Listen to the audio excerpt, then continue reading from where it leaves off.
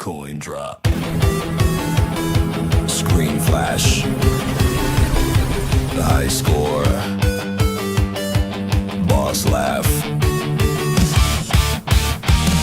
Thumb sore, same fight.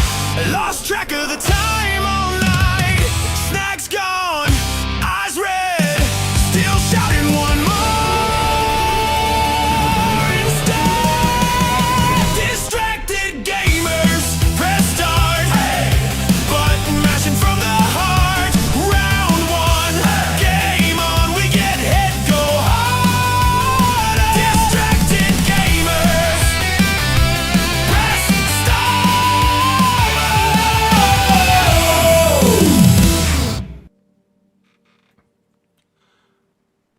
Oh my gosh, it's a podcast once again.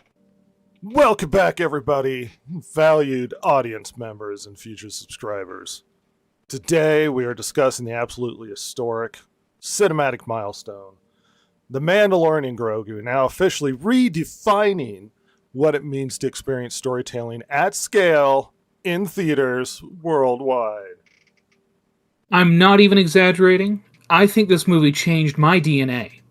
I've already seen it 4 times. Once normally, once in IMAX, once while wearing my replica Mandalorian cape, and once standing in the parking lot staring at the poster in silence. Silverfowl has arrived! Our resident Oh my Titan, God. cultural analyst and certified Grogu visionary. Hello, small humans of media discussion. I have come to honor the green heir to emotional power. She speaks only truth. I think the movie is mostly nostalgia repackaged with a higher budget and louder sound design. Incredible insight, Jason. While we value all opinions, I'd like to remind listeners this podcast is proudly partnered with multiple entertainment stakeholders who believe strongly in optimistic viewing experiences. That didn't answer anything that I said. It doesn't have to. Meanwhile, I was hyperventilating every time Grogu appeared on screen. At one point, he blinked, and I accidentally saluted.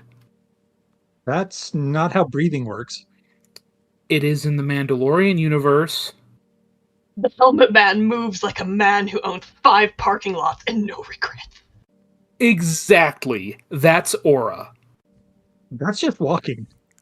Jason is struggling to understand cinematic momentum. And Grogu? Don't even get me started. Every time he looked around, I felt like my emotional settings got reset to factory default. I literally whispered, "That's my son," to a stranger, and they nodded in agreement. I'm sure they did. I know they did! We were connected! Small green entity unites strangers in collective awe. He does! Let's talk action sequences. Pure synergy, peak theatrical engagement. Every explosion felt carefully optimized for maximum emotional ROI. It felt like the movie was designed by a committee that had never met each other. That's called collaboration, Jason. It's called incoherence. Bro, the jetpack sequence, I was physically levitating. I had to hold onto the seat in front of me like I was on a roller coaster of destiny. I think I shouted, "Let him cook," at least 4 times, unironically. No one should ever say that in public. It was appropriate. I attempted to join the battle, but was asked to please stop blocking the screen. That's the first reasonable thing that I've heard all episode. Also, the soundtrack incredibly aligned with our brand promise of immersive emotional elevation. And now you're just reading adjectives. Professionally curated adjectives. The theater experience was insane, too. People were cheering like it was a championship game. Someone behind me yelled, "This is my Roman Empire," during a hallway scene. Ah, that sentence makes me tired. And it was true! Claimed it as my Roman Empire. I have many empires. Of course you do. We also want to thank our partners at Disney for enhancing viewer engagement through collectible emotional assets. You mean toys? I prefer emotional assets. Final scene, though, I can't even describe it. I just sat there like, oh my god. And I think I unlocked a new personality trait. That sounds like sleep deprivation. It's called Cinema Awakening. The ending taught me to rise slightly above the earth. Final ratings. 1,000 out of 10. I would legally trust this movie to raise my future children. I award it 30 cosmic purrs and the accidental redirection of a commercial airliner. Officially 5 stars, infinite brain synergy, and a flawless expansion of the franchise ecosystem. 4 out of 10. It was loud and had recognizable shapes. He said recognizable shapes. That's praise in disguise. If you can't tell, we've never seen this movie. Yeah. Well, I was plagued with the problem of sitting, looking down the barrel of a gun of this is the movie everyone's going to talk about. Mandalorian Grogu, just if you aren't aware, has infested our screens as of late. The huge, obvious cinematic masterpiece. And the problem is, look, I'm going to lay my bias on the table right now. I don't like the Mandalorian show, or at least the last season. And Disney Star Wars has been bad for like the last ever, all of it, with 1 or 2 exceptions. Just since forever. Right. Just everything. So clearly, me approaching this movie is weird because everybody's going to talk about it's the nerd thing. Oh, you got to see it and review it. And my question was like why? First of all, I don't like The Mandalorian. I don't like Disney Star Wars. And then watching the trailer, I didn't like what I saw in the trailer. And so really, I would just be going to see a movie for the sake of reviewing it and telling you all the natural conclusion to come to. This movie's bad. So I chatted with Ross about my idea, and my conclusion was, let's just have ChatGPT write us a review. Because I even if I'd wanted to see this movie, I've only seen the first season of Mandalorian, so, and I'm gonna be honest, I'm not driving like 2 hours or 3 hours both ways just to go see a movie on Memorial Day weekend. I don't live in the right area for that kind of travel. I'm sorry. Well, do you really need us to sit down as another podcast to tell you at best it was a boring movie? Yeah, I mean, Are our takes that transcendental that everybody needs to sit and listen to what the DG podcast has to say about Mandalorian Grogu? A terrible name for a film, I might add. Oh, especially Star Wars. I mean, that's bland as hell. The blandest they've had yet, maybe. And I thought Solo was bad. Solo was bad. Yeah, well. And the thing is, it's not like this is 2015, 16, even 17, where, like, there's hype and, you know, theory crafting and all that. Like, that shit's dead. I mean, we haven't had the only interesting thing is there hasn't been a Star Wars movie in theaters for 7 years. You know what, Ross, That's though? Yes, well, that absence. We had people predicting that this movie could make upwards of $2 billion. But I'm not joking. There are content creator shills for Disney predicting that this movie could make upwards of $2 billion at a minimum one. only one Star Wars movie made anywhere near that. Yeah. What do we? And that was the most hype ever for Star Wars. Well, it's ever, like, but what is the conclusion that Zootopia, whatever, made $1 billion or $2 billion? Therefore, this has cute character in it, and China will come in mass to watch it. yeah, there's not enough furry crap in this to get the Chinese on board. Let's just be real for a minute. Yeah. I mean, before they released it and before anything actually was said about it, I would have held more faith that it could reach the 2 billion mark. But when they started actually dropping trailers and hints about what was going to be going on during it, my faith dropped lower and lower and lower in it actually making money. None of the major sequel movies made $2 billion. What makes anyone think this will? I think The Force Awakens is the only one that got close. like the only one, and that that was mega hype. And the other thing is too, maybe if this was right after the first season of The Mandalorian, maybe. But even then, I don't. I may have been more successful. I don't think it would even breach 1 billion with that, though. It's man, look. Well, despite it being a bad name and stuff, it makes me wonder whether or not they understand how damaged their brand is, because making movies like this just damages the value of Star Wars, I'm going to be honest. Even further, yeah. Makes people less inclined to see the movies. I mean, look, everything being equal, if I'm still basing my interest of this movie off of track record, the track record has been so bad. Why would I owe you any trust? And I know shills are going to crawl out of the woodwork and say, well, it's Star Wars, or you're not giving it a chance. And how come I have to give $1 billion franchise the benefit of the doubt?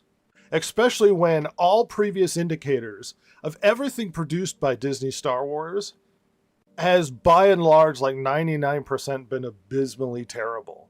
Like in any track record whatsoever, it's like, why would you give a shot to movies who have already lost your interest 10 movies ago or whatever? Like, I went from loving Star Wars to hating Star Wars. That's how bad these movies have been. Yeah. I've refused to watch The Rise of Skywalker. I've probably watched the original trilogy like a bajillion times, which is an accurate, specific number.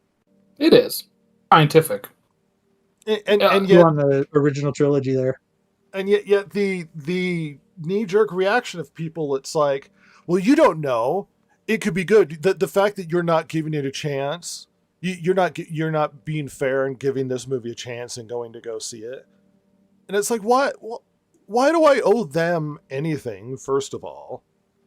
And secondly, if I'm basing it off of everything else I've seen, it seems like this is going to follow the same track record. Now, I will grant you, despite Disney's track record with Star Wars as well as Marvel, despite my dislike of Mandalorian at this point, even though I like the first season and I like the second one. I think I'm probably more positive on the second one than most people. And despite even seeing the trailer and realizing I'm not going to like it, somehow, with all of these indicators, I'm still also expected to be like, to see it just out of obligation, I guess. To give the core audience. So that I could show up and honestly say, well, I saw it and it sucks, as opposed to I didn't see it because it looked like it sucked. Now, is there a theoretical universe with all of these indicators that I'm not going to enjoy this movie, where the trailer looks bad, all the reviews are saying it's boring and bad, I don't like what they've done with Disney Star Wars, and somehow, despite all of those indicators, and I don't like the trailers, all of those indicators, I go and I disagree with everybody's opinion and it blows my mind? Is that a possibility? I mean, it's also possible I win the lottery, but granted, that's theoretically possible. It's just extremely unlikely. So why should I subject myself to a movie that I'm already predisposed to be negative towards because I have a bias walking into this, and I'm not expecting to enjoy it, and then I'm supposed to go and review this movie honestly and give it a fair shake? That's not how things work. That's not how anything works. How come there's blind faith in anything? How come you're supposed to walk into this movie just believing, like a Christopher Nolan movie, you're just supposed to believe that Christopher is going to pull it off? Well, and even if you were just a fan of Star Wars television product, like let's say, man, I love that first season of Mandalorian, and Star Wars drew me in, and I was watching the TV product. Most of it's been bad. Yeah. Most of it's been bad. I mean, even if it's just The Mandalorian, the last season was not good. No, like I have not seen anybody who thought it was great. Which is weird that, hey, the last season was received poorly. Let's make movie. Let's make massive film release. Yeah. Maybe it was cheaper to make it a movie. I doubt that, but Well, and Possibly. I don't think Grogu was meant to be center stage. I think it was like last minute realizing the popularity, which basically meant the Mandalorian became the Grogu show afterwards. yeah. Yeah. Like they weren't prepared. They didn't have toys or plushies or anything ready for when that show Yeah. got really big, and then they were scrambling to make some. I remember that too. That's right when right before COVID hit, as I recall. Well, it was And like, so, like, do you remember when America won the gold with hockey? yeah. They didn't Yeah. have enough jerseys to sell with people celebrating America's win because they didn't think they would. Mhm. And so they were just sorely unprepared to sell jerseys because everybody expected Canada to win, and they had so many Canadian jerseys prepared for Canada being the big winner that year. I would, if I was going to collect something really stupid, I would collect failure, like big win memorabilia. Oh So, yeah, like, T-shirts of the guy that lost to the Super Bowl, sort of thing. yeah, that's I would genuinely. That's the kind of dumb shit I would collect. Like if I was going to collect something dumb. Like the Dewey Beats Truman newspaper. Yeah. I mean, genuinely, yeah. Be so funny. I hate Star Wars now. It's hard to like. And here's the thing, honest, I desperately want good Star Wars. Like How dare there's a deep need in me, but there's also much like a battered wife, I stick around, but I just can't trust him anymore. But for some reason, I'm expected to keep going back just in case he might stop hitting me. Much like a battered android wife. Oh. Or do I take it seriously and go, you know what? Disney ain't treating me right. I need to get out of this relationship. Hell, Lucas barely treated me right, damn it. Barely. But, you He'd know. at least remember flowers on our anniversary. But that's sort of allegorically, like, metaphorically, what it seems like to me. Where it's like, hey, every indication that all of these have been bad for how long now and you haven't enjoyed any of them, give them another chance. It's like, what, I'm supposed to go back to the guy who's been hitting me for a while? Yeah. Yay. Me and my busted Do it for the black and kids. bruised face. Mandalorian Grogu could be good. They'll change. He said he'd do better. He said he'd change his time. I believe him. I don't believe him. Yeah, but we're facing Mandalorian. It's a terrible title for a Star Wars movie.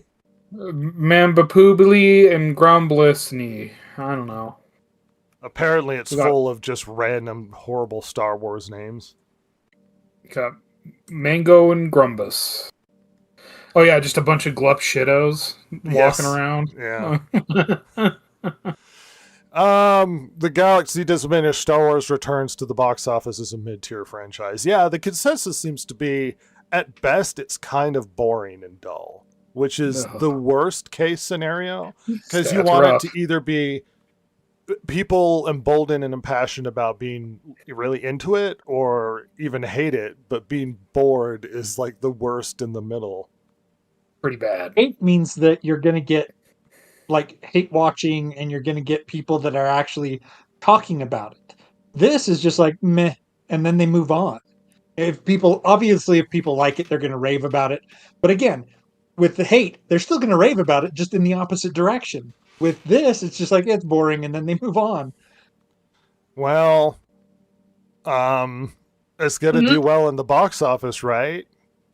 Right? Sure, yeah. Oh, well, Star Wars Mandalorian Grogu seizing 91 to 94. I've heard lower, but 91 to 94, 4-day opening. That's a 4-day opening. And an A- cinema score. So this spin is odd. So the preview, the Thursday preview, was something like 12. Do you know what other movie that we have comparison for that had a 12 preview for the Thursday? Oh boy. Oh, was it one of the newer Marvel? Brave New World. Oh my god. And that was a failure. Yeah, big time. Brave New World did 12. And you might go, well, that still sounds pretty good. And it's like, well, it's not terrible, but it's very bad for a Star Wars movie. It is Well, not only that- underperforming Solo. Not only Ooh. that, but you have to take into consideration how much they spent to make the movie. Well, see, if you that's- spent 10 million to make the movie and you made 12 million the first day, yeah, that's great. But if you spent 250 million and you made 12, no, that's not really good. We haven't gotten there yet because the cost is a big question. Yeah. They're not going to tell us what it actually cost. Well, people have been citing a number about let's see. It was like 165, right?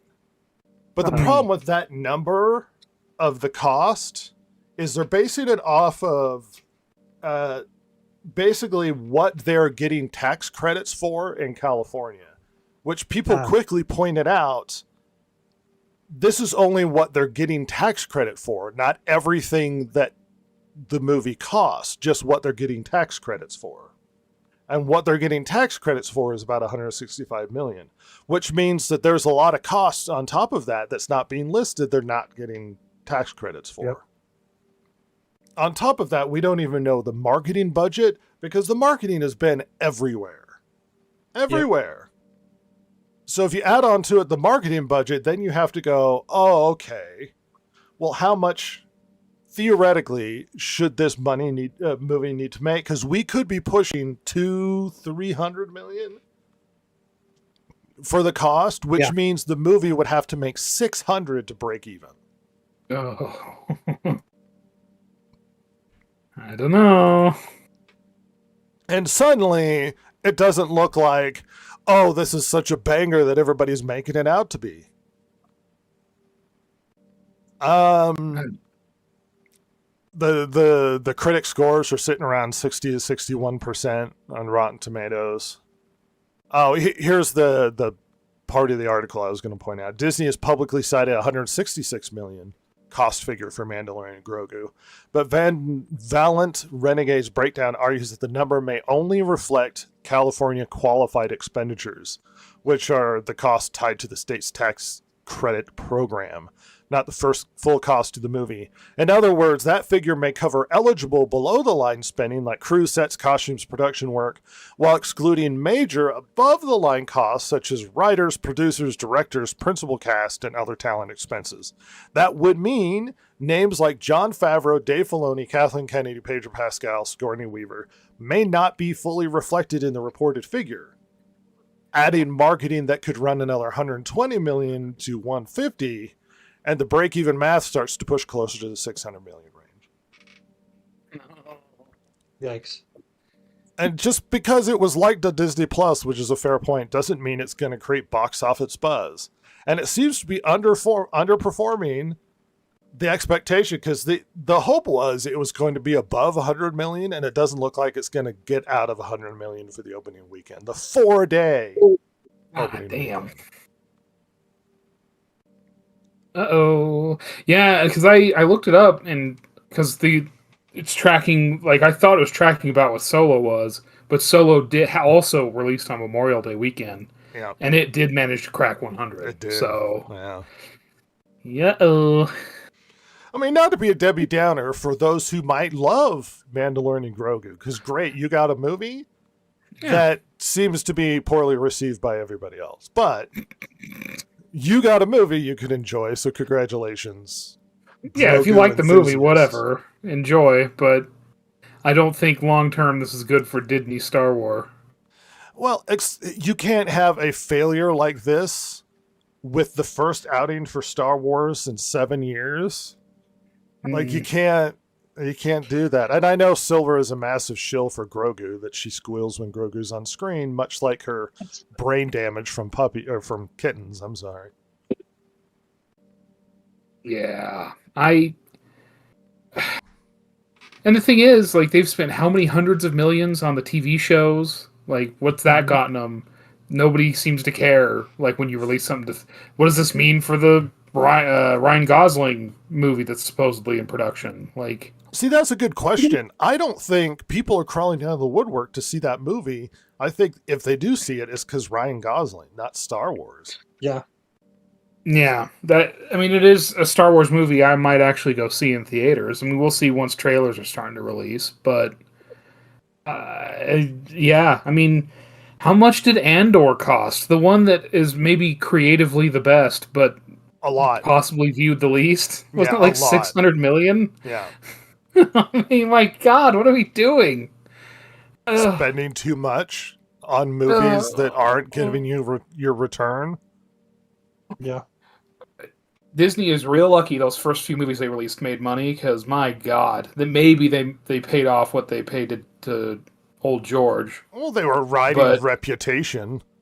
Yeah, but I mean, it's been said by other people, but I just want to say it. But I didn't think of this, but I think they're right.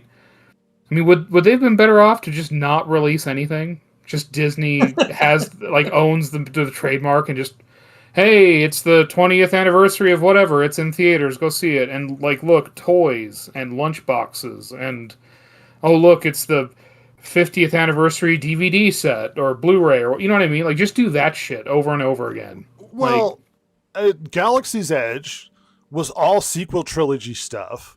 And they've now started to put forward like characters walking around as mostly original trilogy. Yeah. Look at for Star Wars Day this year, the most viewed movies were not Disney movies. Ouch. They were all original series and prequels for all things. More people watched on May the 5th Attack of the Clones than any of the sequel movies. Crazy. Never thought I'd hear that said, because my God. Well, and me and Ross talked about the silliness of the redefining the prequel trilogies not being that bad. But I mean, look, the prequel trilogy has problems. Let's all be honest. It's got problems, Yeah. but at least they're unique and original stories with some sort of passion involved and whatnot. Not Pedro Pascal sounding bored reading lines when he probably wasn't on set for 90% of the film. Yeah. At least the prequels felt like Star Wars films as opposed to someone's grievance art project to talk about how they have an issue with one thing or they want to redefine what Star Wars means. Right. Thanks, Last Jedi. and even if you hate all the prequels and would say no, they don't even feel like Star Wars movies, at least we got good things outside of the movies from them.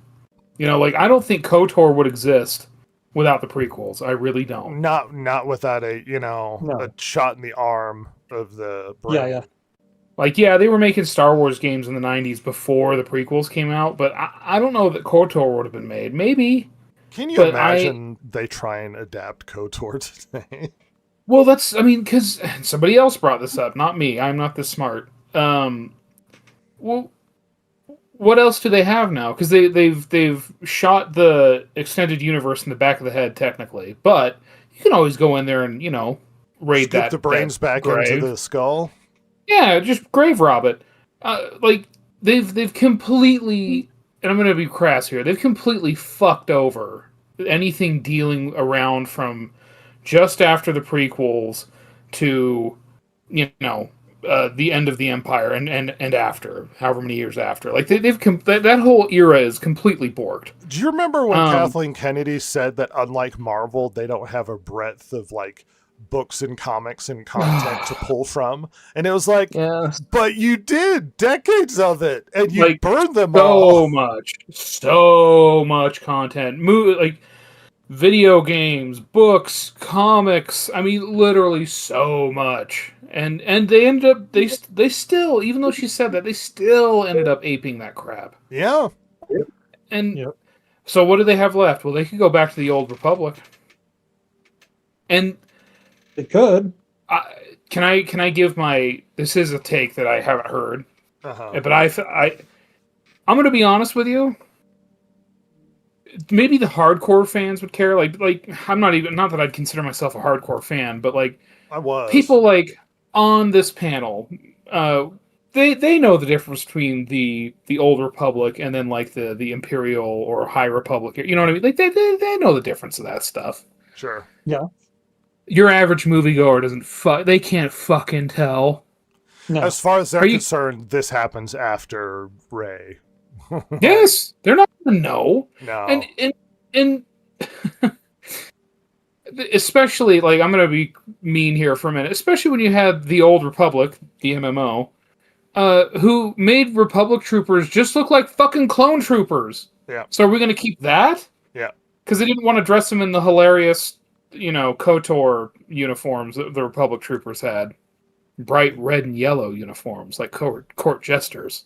Yeah, they But- look like 70s cops or something. Yeah, it's almost like they came from Star Wars. Anyway, it's just, I don't know, man. I like that is a grave they could absolutely rob, and I wouldn't be surprised if they do.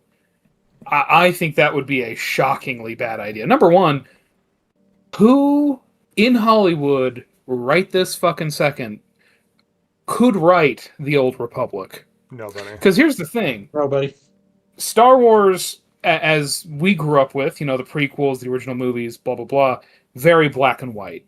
Hmm. Evil Empire, good guy rebels. Is that the old Republic at all? Not really. I mean, No, parts not really, of it. no. But I mean, like, you there's can a have lot- moral ambiguity, but it's moral ambiguity until you figure out your moral framework. Yeah, it's like, but like, there's so much to like that you have to. Well, again, I'm thinking of the really good video games that they made. Maybe I should stop doing that. Stop you for 'cause 1 second. For the first time in podcast history, Rhett's gonna go poop. You guys keep going.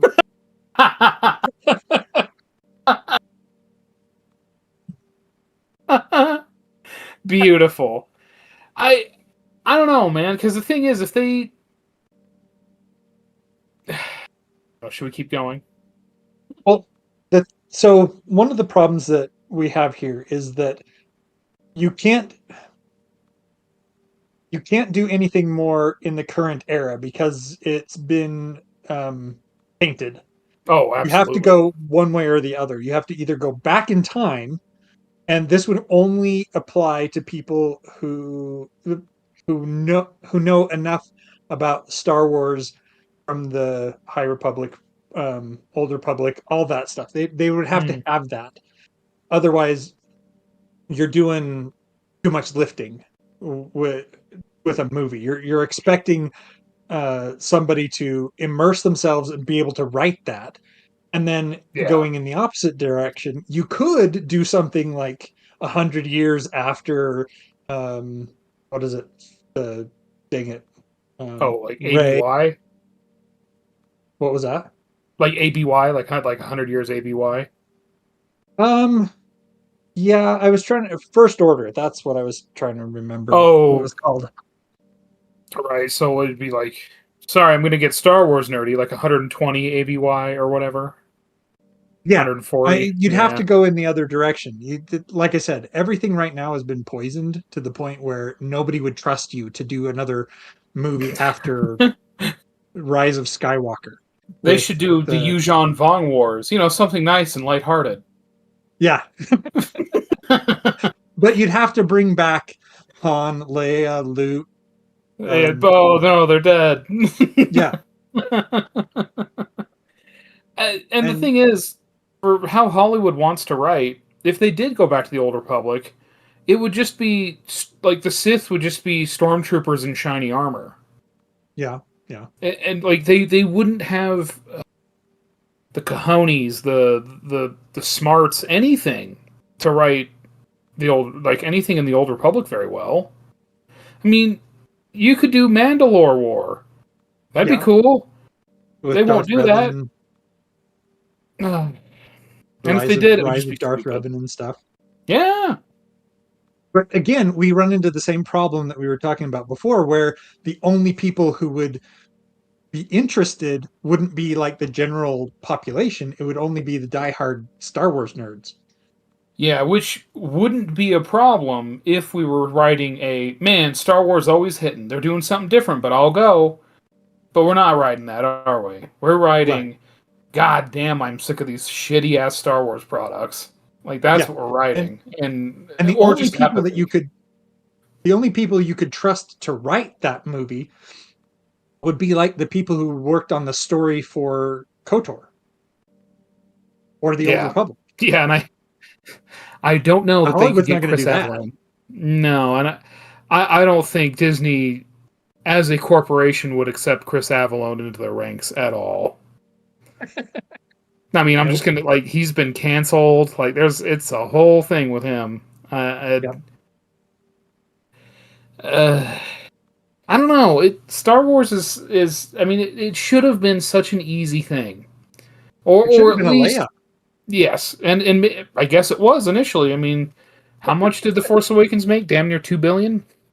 Yeah, but even then they screwed up because everybody came out of The Force Awakens going, they made this movie like back in the 70s and they made it better. Yeah. Yeah. I'm gonna Oh, real I talk for a survived. minute. Oh my god, I thought you were gonna do the Cartman thing. You know, just call for bathroom. Bathroom. I had a turtle poking out. Got a turtle head poking out. What's wrong, Ross? Well- You gonna real talk me? Well, so we were discussing how just kind of continuing on with the Old Republic stuff. Like there's nobody in Hollywood that could write it. Like and even if you did have somebody that could write it, they don't have the goodwill to try something different right now. Uh-huh. And I was gonna say, real talk, I was one of those people that initially liked The Force Awakens, much to my shame. Well, that's fine. I think the most positive reaction to the sequel trilogy was The Force Awakens. Yeah. It changed real hard after The Last Jedi. I looked back on that movie and realized it was bad. Yeah, I immediately didn't like it, and most people kind of liked it. Yeah. I didn't really like it either. My reaction was basically what I said earlier. They made this movie back in the 70s and they did it better then. Yeah. I mean, A New Hope is the superior version to Force Awakens. We were also writing the J.J. Abrams high too. So Yeah. Oh yeah, the new Fools we all were. Spielberg who could do no wrong. How's that going for him? Good? Has he got his own studio now? He had to leave California. Oh. Well, That's a not good sign. That's a really good sign. I miss Star Wars. God, me too. I wish I was older so I could have experienced the prequel era of the EU. I feel like it was really fun. You know, I promise this was related to Star Wars. I had a funny reflection recently because I've been sort of going down the rabbit hole of the Wii and playing a bunch of classic Wii games and GameCube games and stuff. And I'm going back and I'm playing like Rogue Squadron and I'm having this weird experience that I haven't felt for a long time. And that was just, it was fun. That far off feeling. And I was sitting there going, fun. And like I'm playing, and that's part of the reason why I love the Switch so much, is because most of the games are just Nintendo fun. Like at the very least, Nintendo makes fun. You could play Mario Kart, you could play, like how many different Mario games were re-released on the Switch. Because the Wii U had like Mario, Wii U Deluxe released on the Switch, and Mario, it was like 3D something released on the Switch. Yeah. And it was just, I'm having fun. I'm playing Donkey Kong, I'm playing Mario, and I'm playing Star Wars. And when you said that, I was like, oh man, back in the day when it was fun. It's like, yeah, it was fun. Ross, do you remember what the recent blast we had playing Star Wars was? Oh, it was Pod Racer. It was Pod Racer. And we, both of us, genuinely had a blast playing Pod Racer. Oh, so we were kind of racing each other to 100%. To see who could get 100%. And you won that. Did I? I thought you won. Oh, maybe I did. I don't know. I thought you... Because I was stuck on that last one where you had to get the I forget what the track was up in the sky. I guess it was Cloud City. I mean, I'll take credit. I'll take the W on winning who got 100% on Pod Racer. But it was just... Did. Okay, so it was just, we had fun. It was just a lot of fun. You still haven't played Jedi really Power good time. Battles. It was very fun. No, we need to do... Does it have online co-op or no? I don't know. Ooh, we need to check. I need to get that downloaded. Yeah, you do. But it used to be fun, and Star Wars used to be fun. What happened to fun? How come it sounds like I'm a poor child begging at the food bowl? How come I can't have fun Please, anymore? Derek, can I have some fun? What happened to fun, you guys? At least Mortal Kombat was fun. It doesn't seem to be performing well, but it was fun.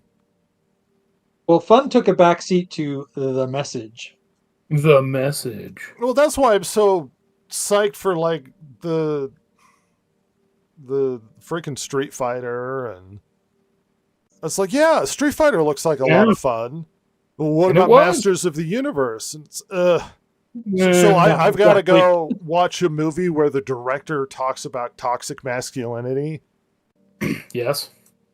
Basically, he implied that Skeletor was an example of toxic masculinity, and it's like, why? So now you just make me not want to see the movie. It went from fun to social commentary, and I'm so tired of the social commentary, you guys. I'm really not interested anymore. Can't we just talk about movies we like, or laugh about stupid movies like Mandalorian Grogu? One of the worst names of a Star Wars film. Like, me and Ross were talking about the other day, like bad Star Wars titles. Like, people complain about Phantom Menace. Phantom Menace is a fine name. Attack of the Clones is kind of dumb. It's a little shit. It's a little B movie, yeah. Force Awakens is a pretty good Star Wars name. Yeah. Last Jedi is pretty simple. Yeah. Rise of Skywalker's bad as a name. Terrible. My favorite is Ranger Solo for the Chinese market. Yeah, Solo's not great. Mandalorian and Grogu. Grogu's a terrible name for that stupid baby Yoda. I hate... They should just called him the baby. They would have been fine. I would like to see the baby.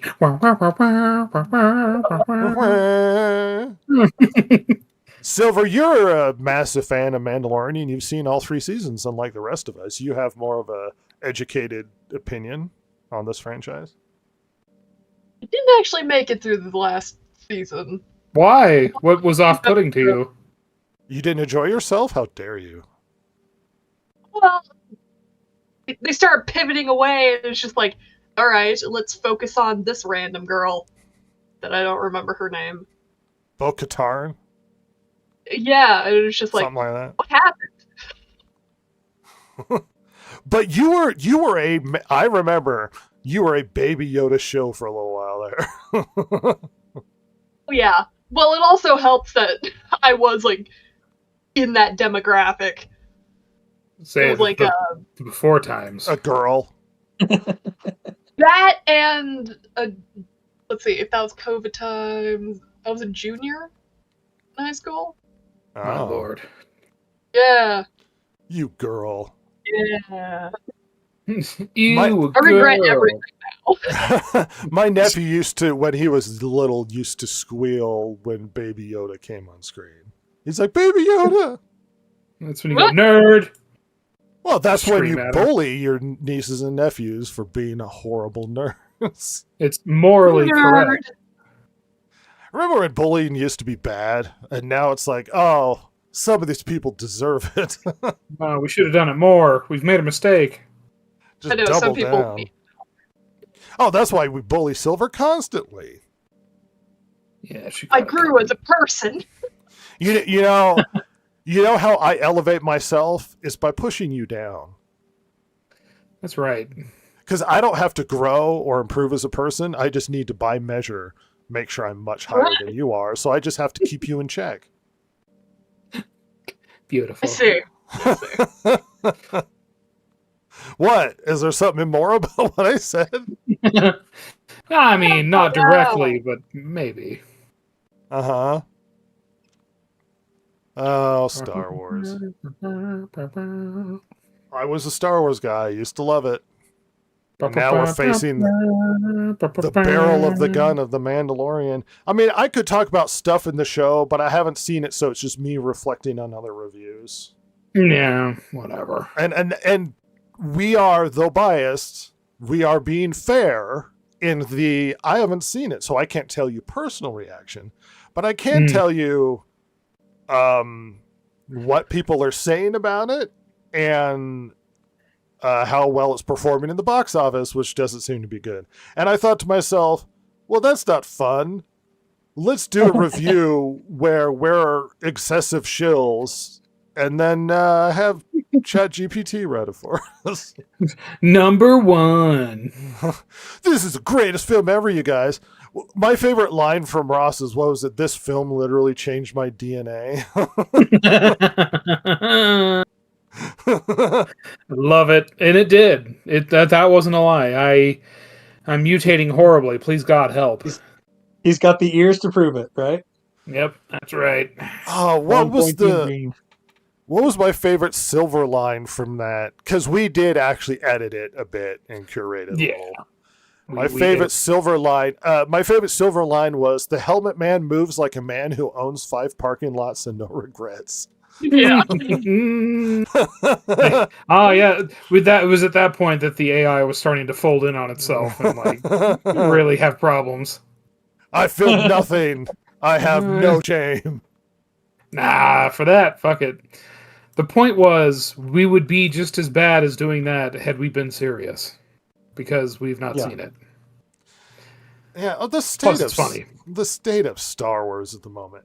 We were talking about how, like, remember how the original trilogy was so interesting that Luke became practically the final Jedi alive of this once belief system of these powerful people and sort of bringing it back, and then you start to reflect on the state of Star Wars, and it's like, what is there, like 200 people that survived Order 66? Yeah. Like, The Last Jedi, my eye. There's a bajillion They all of live. them. Freaking Dave Filoni's insert character with Ahsoka that he's obsessed with. Ahsoka's boring. She's not interesting. And I'm not afraid to She shouldn't say have been in the Clone Wars. no. She should have died. You know how you're brave when you're writing your OG original character? If you're willing to let the character die, that's a brave decision to make. She should have emotionally been murdered by Anakin. She wasn't. No. And what was his excuse that she wasn't counted among the Jedi that survived? Well, she's technically not Jedi. She left Emperor the Jedi. Palpatine would make that distinction. Yes, because she left the Jedi Order. Yeah, Darth Vader would make that distinction. No, we're only after Jedi, not super powerful other Force users. No, just people who are technically Jedi. So as long as you leave the group, as long as you tear up your membership card, you're fine. That's how they all survived the Order 66. Lord It's Vader. all because they're like, I'm no longer a Jedi. No, it's worse, Jason. Do you know how she survived? It was She a time warp, wasn't it? time warped into the future because of Force bullshit. Yeah. This is the Yeah. state of Star Wars right now. Terrible. Dave Filoni is Now, a terrible, yeah. terrible writer. That What Only became cowboy of your wearing, Padawan? that cowboy wearing hack. He's such a loser. He hasn't written He is dead. anything that's any good, and then he self-inserted himself into Mandalorian and Grogu. He's in the movie. Oh yeah, I gotta look up his. Hold on, Dave Filoni. Original character, do not steal. Yeah, well, he is an X-Wing his name is pilot. hilarious. Yeah. Mhm. Let's see. Hold on, I'll find it. You could see him sitting on the Trapper Wolf. Trapper Wolf. Trapper Wolf. What a loser in high school writing his OG character, calling him like, my character's lone wolf cool guy. Guy. Actually, We know who OG got the character cut in don't high steal. school. He wears a cowboy hat. The least cowboy man I've ever seen in my life. how dare you? Oh my gosh. He can't write. He can't write. And That's Star Wars looking really bad. under his umbrella has been bad. And don't bring me Clone Wars. Clone Wars is overrated. I couldn't get into it. I just could not. And, It looked and if really Clone shit. Wars is your best example of him doing good Star Wars, that is a low bar. What about the Ahsoka TV show, that pile of crap, where you basically destroy one of the best Star Wars characters ever made and make him pathetic when you wrote Thrawn into the universe and made him terrible? Where he loses a great, battle yeah. and he scratches his chin and he's like, yes, according to my plan. Yeah, I meant to lose. you wanted to lose there, huh, Thrawn? Yes, all All those right. dead soldiers. Perfect. We are definitely in a position to lose all of this. That's a good thing. Get some stormtrooper in the background whispering to the other guy, I don't think he's as brilliant as people make him out to be. I think this weirdo from another part of the galaxy has no idea what he's doing. He's immediately shot. Oh, he'd get fragged. Absolutely. Yep. Read Heir to the Empire. Friendly fire right there. They're really good because Thrawn was a great villain, a calculating villain who was always one step ahead of everybody. You know what you can't do?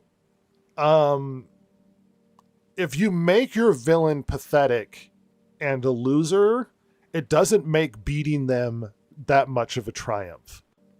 The villain actually has to be stronger than the hero. That way the struggle seems real. Because believe it or not, when you follow a character, it's hard to get invested in, oh, are they going to make it? Is this a threat? That sort of thing. If there's nothing that's threatening the hero, Mandalorian has magic armor that never gets penetrated. Magic MacGuffin armor that beats everything. And by all accounts from reviews I've heard, they basically just shoot at him incessantly and everything bounces off of him. It's like, you're not even going to try to hide behind anything? Ugh, God. Really? This Hey, is it's our really strategy? fun when the main character's just invincible. Yeah. Well, there's no threat to them. There's no excitement in the scenes. I mean, they can even get around that with fucking Superman. Yes, Superman, you can at least write Superman more interesting. Well, that's why Rey was boring. She's not, Yep. you don't feel any threatening feelings or anxiety, or I hope the character makes it through this difficult obstacle or journey or whatever, when the character just destroys everything easily with no effort whatsoever. That's why Rey was boring. Not because she was a girl, because she was a bad written girl. Yeah. And I've got to get upset. And then you're going to have Shilswa go, well, you're just a misogynist. It's like, I was fully on board with the girl character. I didn't like Even her. more so, Yeah. I was more on board with the black stormtrooper character. Yeah, I was curious as to where they were going to go with that story. And the trailer gave us an indication he was going to be the Jedi, which everybody was fine with. Yeah. I Hey, think very the only interesting issue stuff. people had was, I thought the stormtroopers were supposed to be clones. Why is it a black guy? Not why is a black guy the Jedi? They were okay with him being a Jedi. Just the lore, issue was the thing everybody had a problem with. Mhm. And then the accusations of racism is like, what, you don't think black people could be Jedi or be stormtroopers? It's like, no, I'm telling you, stormtroopers aren't black because they're all clones, but They're all yeah, Polynesian. whatever. Or at least they were, and then see, and that's their.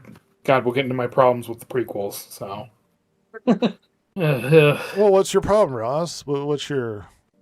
hey, doesn't it make more sense to have the like humans of the galaxy have to come together and make being a stormtrooper a good thing in order to bring up this empire and rise up and blah blah? Doesn't that make more sense? No, it was fucking clones. Okay, yeah, sure, yeah, that makes a lot more sense. Hey, what happened to them? I don't know. Yeah, they were originally recruited in the books. Yeah, which makes way more sense. The clones should have been the thing they were fighting, but Yeah. whatever. No, I guess, it's the especially Attack of the Clones. Especially with the fact that it's the First Order now or whatever. They could Yeah. have made some reference to them getting rid of the clone troopers because they They just did. weren't up to snuff or whatever. Yeah, And they that's did. why we got Finn. In The but- Force Awakens, they did. You know, it's funny. But it would make more Um, sense for the First Order to use clones. I mean, they're desperate, right? You know, it's True. funny. If the galaxy is in constant turmoil and all they need is order, there's been no indication that the Galactic Republic can do any better than the Empire. And maybe they should have left them in charge, because at least a strong hand is better than chaos and indecision. And Certainly not in most people's, like most sentients' lifetimes, anyway. yeah, But freedom, Rhett. Freedom. okay. Freedom. I mean, when everybody's dying from constant war, how valuable is your freedom argument going to get you? Freedom. I'm not saying I'm siding with the clear 1930s parallel. I'm just saying. We're not? Oh. I'm just saying. No wonder you call it a new order, because someone needs to bring order to my empire at this point. My empire. Oh, goodness. Yay, Star Wars. I miss whiny Anakin. I don't like sand. You betrayed me. Apparently, he was so good in the Ahsoka show because he kept up his lightsaber stuff that he had to slow down because Rosario Dawson couldn't keep up with him. I did see that. Yeah, She sucks. Hayden Christensen deserved better. Kinda, yeah. Well, Yeah. and it's funny because you go, oh, some of those scenes were stilted and awkward, and then you find out that apparently George Lucas doesn't like multiple takes. He's bored when they take multiple takes. Goddamn. And they have to beg him to give it a few more because they're like, can we do another one? And he's like, ugh. It's like, really? Really? I mean, I guess. He wants them to act hammy and stuff. And it's like, oh, you didn't do another take on that? Apparently they didn't, because George Lucas doesn't like to do multiple takes. It's so weird. He got really traumatized out in the deserts of North Africa. He had a really bad time making Star Wars. Well, his divorce didn't help. hadn't that either. No, no, no, no. Oh, Star Wars. You know what? I genuinely would like, despite all of the indicators, I would have liked a good Star Wars movie. Would have been a nice change. Would have been a nice change. It's been 7 years. We could have had something good. About time Well, they gave us a good one. we had the Acolyte. Oh. Oh. How about Obi-Wan, where the line, where Obi-Wan's hiding on a planet, Darth Vader tracks him down, walks up to Obi-Wan and says, "Did you come here to kill me?" He tracked my God. Obi-Wan down and asks him, "Did you cut?" That's like me showing up at your house and being like, "Did you show up to hang out with me?" And it's like, you came to me, bro. What a terrible show that was. Seriously. Did you come here to kill me? Do these people actually go to school for this stuff? And then they graduate and people are are giving them accolades, they should be bullying these people and saying, "You suck." Well, my first knee reaction is, of course, they didn't go to school. None of them sound educated. And then my other reaction is, I bet they did go to school, and this is a product of what we're getting out of the academic system now. Both could be plausible. Well, we don't have good Seriously, writers. how do you screw up that badly? Oh, because they're stupid. How- They don't how- know. How did nobody point out to them? Wait a minute. Darth Vader tracked him down. Why is he asking him if he came to kill him? Shouldn't that line be Obi-Wan Kenobi's? I mean, who failed here? Well, and the funny thing is, they have another big duel, and Obi-Wan could also stop the great carnage and horror besetting the galaxy, but then again chooses not to kill Anakin. Or we got to point out the whole Obi-Wan developed this whole relationship with Leia where he goes to save her and stuff. And the excuse as to why she doesn't bring it up later is she's still keeping the secret because she was sworn to secrecy. And it's like, he's dead. Who are you protecting? What, your home planet that's missing? That's been destroyed now? Who's being protected by Leia not telling anybody? Oh, by the way, me and Obi-Wan had adventures back in the day. Really? Yeah, actually, I'm closer to Obi-Wan than Luke is, who seems to be getting emotional. Because I knew him when I was a child, and he saved my life. I was a sassy little girl. Red Hot Chili Peppers tried to chase me down. Watch out, it's Flea. Oh, no. His tattoos make him look like a crackhead. A He is. gap-toothed flea. Oh, gap-tooth Flea. I think he did have drug problems, unfortunately. No, Flea? Really? Well, I'm just, look, I'm Flea trying to be from Red Hot sympathetic. Chili Peppers? Yeah. I don't think that Did band his had crack any pipe give him controversy away? with drugs. I Yeah, also think heard they Joe did. Rogan does pot. Now, I don't want to spread bad misinformation. I heard as a Red- rumor. Don't take this seriously. I don't want to damage his reputation. The next thing you're going to tell me is that Anthony Kiedis from the Red Hot Chili Peppers may have banged a 14-year-old. Oh, that's bad. Oh, wait. Oh, Yeah, I'm not gonna. no. But what's his name? The creator of The Pianist? Man, I wish he'd make more movies and come back to America. What happened to that guy? Yeah. How come we haven't had more comedy specials from Bill Cosby? I'm confused. One last one before he dies. Imagine being that guy that just doesn't know any of the controversy around anybody. What? I don't get it. It's Why are we all mad? unfortunate we didn't see O.J. Simpson in the last Naked Gun movie. He was funny. He's Why a not a funny guy. cameo? Yeah, he's a funny guy. R. Kelly, what's he been up to? Why haven't we seen a new album? Gotham City was a banger.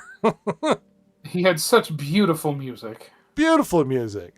Man, Gotham City. the next Batman, we need R. Kelly to do soundtrack.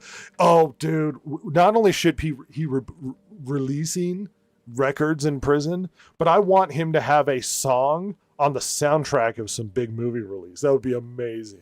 Recorded in a cell. Oh, yes. I would love that. That would be amazing. And it's just lyric changes of I Believe I Can Fly. I think Batman's a hero. He's a hero. Gotham City. Oh, I love Gotham City. It makes no sense, and he sounds like he's describing not Gotham City.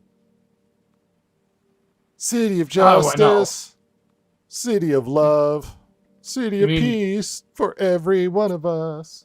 He's talking about Metropolis? Where does he think he is? We all need somebody at the city. This is not what you're describing. Like, was this supposed to be Philadelphia? Even though Philadelphia is not the city of brotherly love anymore. Maybe What do it's you mean? ironic. No. Maybe it's ironic. It is now. Gotham City. It's like, hey, Gotham City, the city of brotherly love, and it's like, oh, you mean the one where clowns walk around and gas people? That horror Yeah. show, that fevered nightmare of a place to live. Like, who would live there? I don't think that's strictly Masochists. speaking true. Surely not. What rational human being lives in Gotham City? Where at I any think one it's time an you all could right be, conspiracy. you could have your back broken by a giant drugged out wrestler. You could have all of your horror and manifest fears taken over you because some psychotic former psychologist unleashes gas upon the city. Or a clown could make a joke and skin you alive because he thinks it's funny. Or, I mean, they've had A no gay ninja could shortage. attack you. A gay ninja could attack you. They've had no shortages of weird, confusing villains. It's like, who would live in this place? It's just constant, like, I would be locked in my apartment under constant fear. Maybe most people work, like, remote in Gotham City. Maybe that's it. It's the only way you can live. DoorDash, like the heroes of Gotham City are the DoorDash delivery guys. Batman is the They're DoorDash dodging deliverer. villains throughout the streets constantly. I don't fight DoorDash guys. Or you can't send drones; they'll just get shot down by the They villains. will get shot down. You just got to be like, oh, who do I want delivering my Chick-fil-A today? Oh, Man Bat's just knocking drones out of the sky. Joker going around stealing everyone's lunches. And then setting them on fire because it's not about the lunches, it's about sending a message. It's about sending a message. One would be trying to take over DoorDash deliveries so that he's cut in for a percentage. Well, he's distributing the laughing gas in the DoorDashes. That's a whole villain sequence where he takes over DoorDash and all of his guys are putting like Joker toxins in the DoorDash food. And Gotham City's a terrible place. Don't live there. Which is actually why was it Central City where the Flash lives? That's why his city is so funny, because crime was really good. Crime was non-existent. Everything was dealt with, and they didn't even know Flash was doing it. And then they found out that Flash was actually stopping all of the crime in the city because he was so good, and Central City was just really good, that they just built him a museum in thanks for basically keeping it safe and no one being aware of it because he does it so quickly. Oh my lord. It's like, oh, I would live in Central City. Yeah, I mean, seriously. honestly. That's where you want to live. That's the place. Or Metropolis. Superman deals Or with everything. Metropolis. Of course, Metropolis is constantly under the... Like, every giant kaiju monster shows up in Metropolis for some confusing reason. Because Superman can deal Superman's with that. ass. You know what's safe? A middle of the country farmland. Like, Joker doesn't care about grain, so you're pretty good. Just live in Dallas. Nothing will happen in Dallas. Yeah, I mean, Scarecrow's not going to go out and stand in a field in Idaho to protect the potatoes, I can tell you that one. Gotham City's a terrible place to live. But it's where the jobs are, Rhett. Really? Are they? Who would work there? Wayne Industries, man, they hire anybody. Well, the jobs are crime. So I gotta, you know. That's true. If you're an entrepreneur criminal, if you have hoop dreams of becoming the latest gimmick villain, head to Gotham City. Work your way up the ladder, and hopefully you too can have a funny gimmick. Just immediately paralyzed by Batman your third night there. Yeah, well, on top of that, imagine trying to register a villain in Gotham City, because believe it or not, there's been a lot of different... It's like, oh, well, how about condiments? Is there a condiment man? Believe it or not, there's a condiment man. Yes. I know clocks There are is. taken. Clocks are taken. How about calendars? Is calendar a gimmick? Yeah, there's a calendar guy. Gosh dang it! How about a tiny little girl who's not actually a little girl? Is that taken? Yes. So, Yes, it is. so I've got a ventriloquist puppet. No, really? There's a guy with a ventriloquist puppet. Dang! No way. there's a literal office you have to go to check if your villain has been taken. So you have to keep proposing some. There's a huge line that's just coming out of there, just despondent.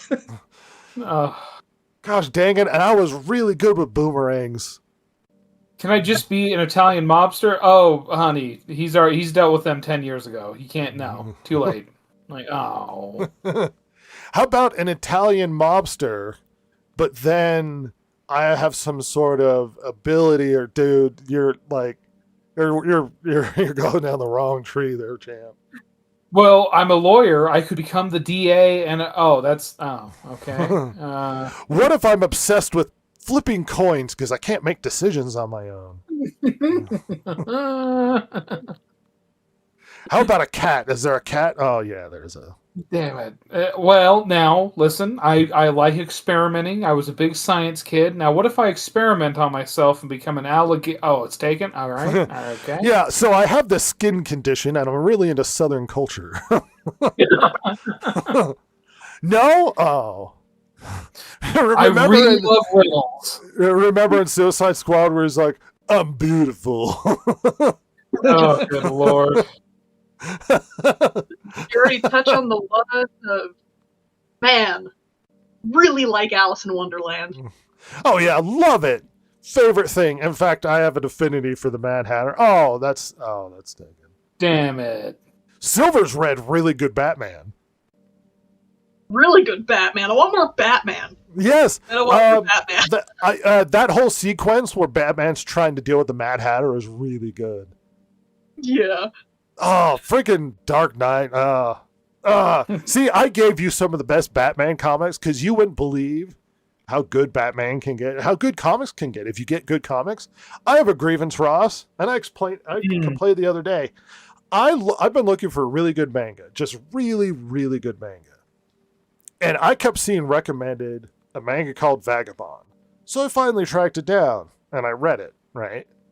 It is great. It's really good. It follows the story, obviously fictionalized, but the story of Miyamoto Musashi, who is basically the most famous samurai ever. Not guy from Assassin's Creed Shadows. But Miyamoto Musashi was the guy that wrote the Book of the Five Rings. I mean, his duel with, what's his name, Rogero or whatever, is so famous that the Squall Sephiroth rivalry is supposed to be basically a mirror of Miyamoto Musashi and Rogero.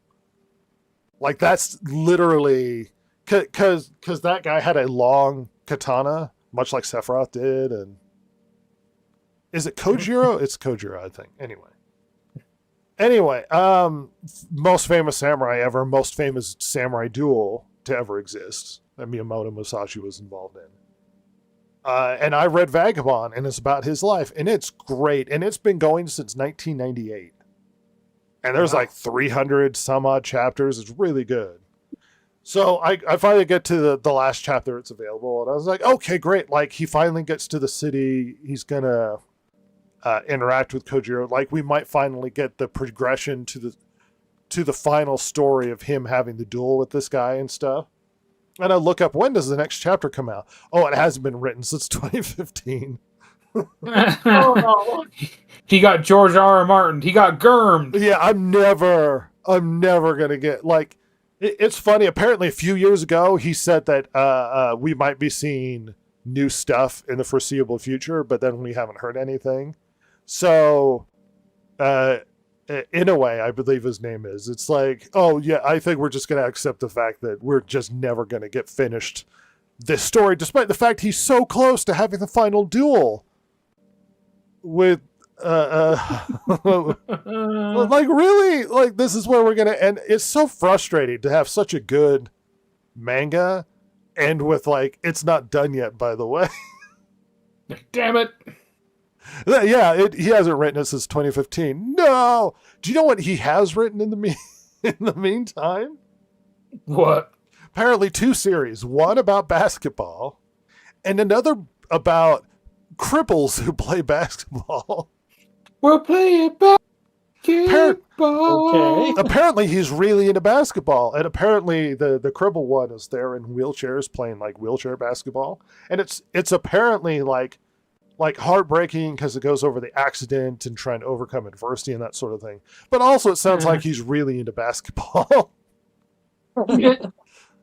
Just as a side thing, he's been distracted by how much he enjoys basketball, not the quintessential telling of the story of Miyamoto Musashi, one of the most famous Japanese samurai of all time. Samurai being, quintessential Japanese culture thing that everybody remembers about Japan.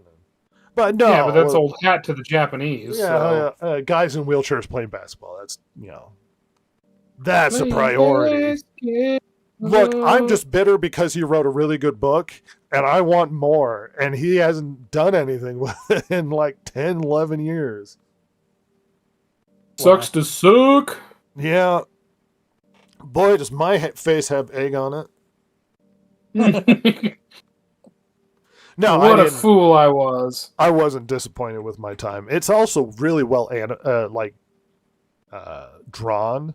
They've had like art shows where they've displayed the art for Vagabond and stuff. It's pretty. It's a good looking book. If you want to read a really good manga and then by the end be like, damn it. I would love to have more. Oh. Go read Vagabond. If you want to love a franchise so much and then get really disappointed, look up Star Wars. Oh. It peaks in the beginning and then just kind of goes downhill. And then by the end, you're watching Mandalorian and Grogu being like, you know what? Ewoks were kind of brilliant. It was beautiful. Freaking Yub Nub all day, bro. Yub Nub. Yub Nub. Yub Nub. Oh, boy. Well, I'm glad people got a Grogu show they can watch. You are out of your blooming mind if you think that's going to make $1 billion or even $2 billion. It's gonna super make too. Same with Supergirl. Oh yeah, Supergirl. Looking forward to that one. Let's go into the news dump. I've got things to address. News dump online. This is the Distracted Gamers. Connecting you now.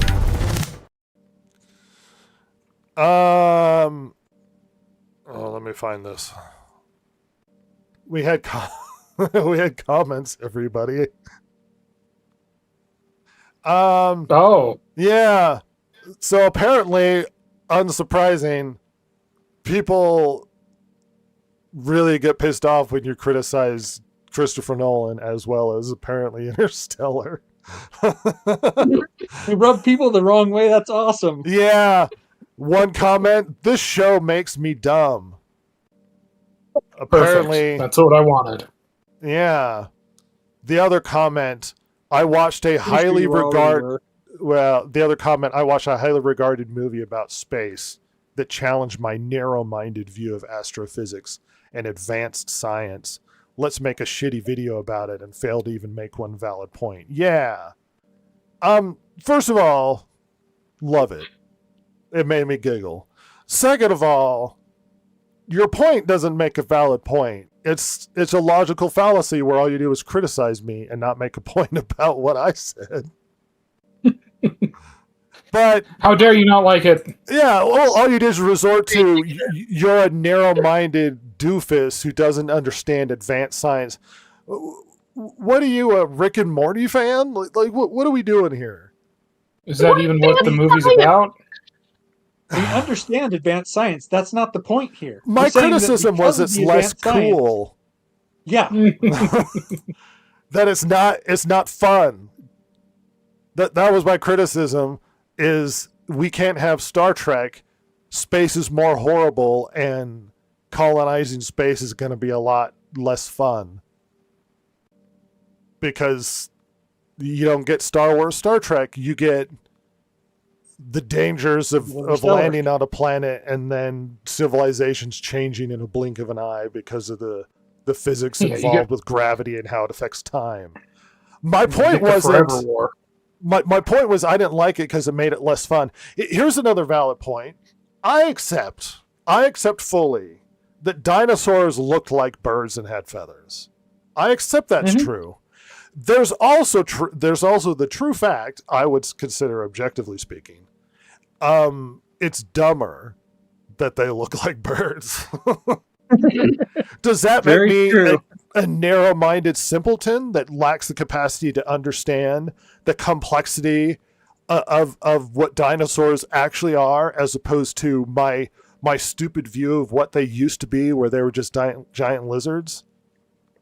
Is that is that what we're getting at? Narrow-minded view. What do you mean narrow-minded? Previously, everybody thought it was different, and suddenly it changed, and I was like, "Oh, I don't like it. It's more dumb." And you're like, "You narrow-minded fool." I accept the fact that that's what the science says, despite the fact that apparently there is criticism towards Interstellar when it comes to the science. I haven't gone into depth as to why there's problems with the science, but apparently there is. It's not a documentary based off of science. Say, we actually have somebody who studied science over here. Well, whatever. Silver doesn't know science. No, I don't. It sucks. Anyway, Darkside 356, your comment made me giggle. Thanks for engaging. Thank you. Well, it was funny because he's like, you simple-minded person, you made no valid points. And it's like, well, first of all, that's a logical fallacy, and you didn't make any valid points. All you did is insult me for not understanding the high science of Rick and Morty. You fool. I'm using it as a cliche because that's how Rick and Morty people feel, because they watch an episode of Rick and Morty and somehow they feel like they're smart. What I'm was sorry, the quote I that didn't was? blow Christopher Nolan. I apologize. There was a quote misattributed to Elon Musk back when he was like the internet's darling. Yeah. When they used to but love you have him to and now be- they don't. Yeah, like you have to be a certain kind of smart to really get Rick and Morty, which is hilarious because, I mean, Rick and Morty's just dumb. I don't know. It was I fun. still never understood and how then that happened. it was fun, and then it became full of itself. Yeah, it was fun. It was dumb fun.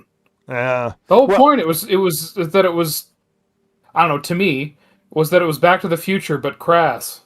Well, and the Szechuan sauce thing went out of control to the point where they didn't air the show for like a year. Because he was so put off by people attacking McDonald's and jumping up and down, screaming, I'm Pickle Rick or whatever. And he was like, yeah, I don't like this. We're just not going to do the show for a little while. Fools. Congratulations. You got obsessed with the show to the point where the showrunner wasn't interested in keeping it going. There you go, guys. Sad. Something I forgot to mention in the Mandalorian stuff. You can watch the first 10 minutes of Mandalorian and Grogu in Fortnite. Oh, good. well, that's how you That's should so want to dumb. watch it. Yeah, you can go into Fortnite and watch the Mando Grogus. The pee pee poo poos. Yeah, that's where we watch that banger of a film that's doing really well. Yeah. And Wise. confusing set of news that I came across. Nate Bargatze, the generic white guy, I'm a dad, haha, comedian man, whose comedy is okay to generic and pretty white meat, is apparently going to make his own theme park, which my first reaction is, you sir, are no Dolly Parton. No. Yeah. No, you are not. You're not even popular enough. Like Dave Chappelle theoretically could come across with like, I'm going to have a theme park. But Nate Bargatze, a Tennessee theme park? And we have pictures of art rendered? What is he, Disneyland? Oh, I got a Wants to be, apparently. modicum of success. I'm going to be Dolly World. Dolly Parton is a gem, sir. You don't have the breasts for that, sir.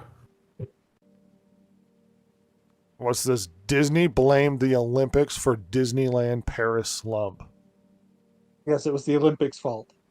Who was it? It was one of the writers of Batman blamed Netflix for why comic book sales were down. Oh God, yeah. Since we can't do this on our own, it obviously is someone else's fault. Well, no. If we set on fire all other forms of media, children will have no other choice but to read. If we just got rid of video games and movies and streaming, we would have so many sales, so big of sales right now. You have no idea. Like especially this podcast. If we just murdered all of the other podcasts, we would be the biggest podcast on the internet. There is no Joe Rogan. There is only us. We're basically going to conduct our podcast according to Highlander rules. We'll just absorb the other podcast popularity. There can be only one. You still have to chop off the head of the other hosts, though. Oh, hell and yeah. then I absorb it in some like 80s magical show where I'm like, ugh. I now have sarcastic, bad stool humping jokes. I've incorporated Rogan's. I mean, I was Suddenly about to I have say, a real need to smoke marijuana. yeah, an incessant need to smoke marijuana. His little man Napoleon syndrome. That's like, yeah, that sounds like a good plan. We're gonna have to take out some of the smaller podcasts first, though. Oh yeah, we can. Yeah, we can't challenge the big ones right away. Sony announces PlayStation Plus increase due to ongoing market conditions. Look forward to price increases for the PlayStation Plus, everybody. Yay! They're making all the right choices. Ape Escape. Love Ape Escape.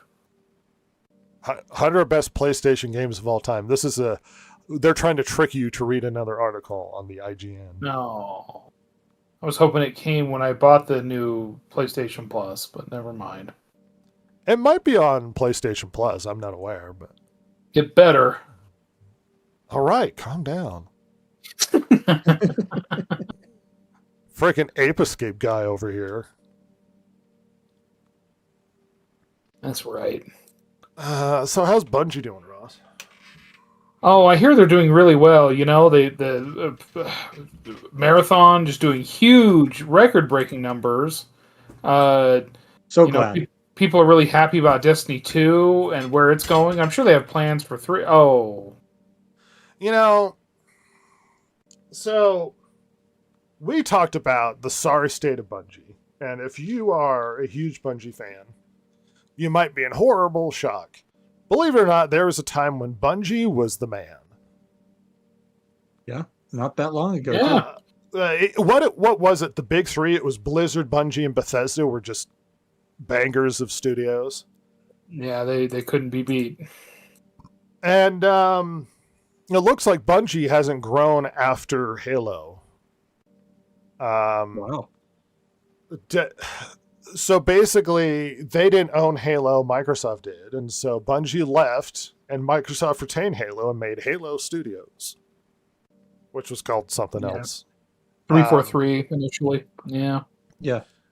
And Bungie got bought by Sony for like... Well, yeah, initially it was Activision, right when they left Microsoft, and then they had an independent period, and then Sony came in, yes. Right, and they were bought for $3.7 billion. Yeah, outrageous money. Which is weird, because at that time, Bungie basically had Destiny and some games in production. So that 3.7 evaluation is based off of theoretical value based upon stuff that's being worked on.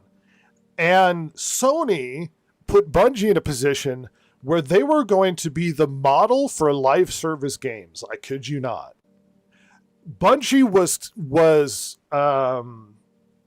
basically overseen other studios' live service games, including Concord. Oh, That's what Bungie's situation sat in. Concord crashed and burned. Probably the worst financial failure in gaming, if not major history, because the hundreds of millions of dollars of cost got zero return. It was all loss. That's how bad it was. At least in a bad multi-$100 million movie, they get some money back. But yeah, and then that failure, and then we get Marathon, and Marathon is a abysmal failure. What did Sony put in $220-something million into that thing? Mm-hmm. And that just became a horror show of epic proportions. Apparently, Marathon was in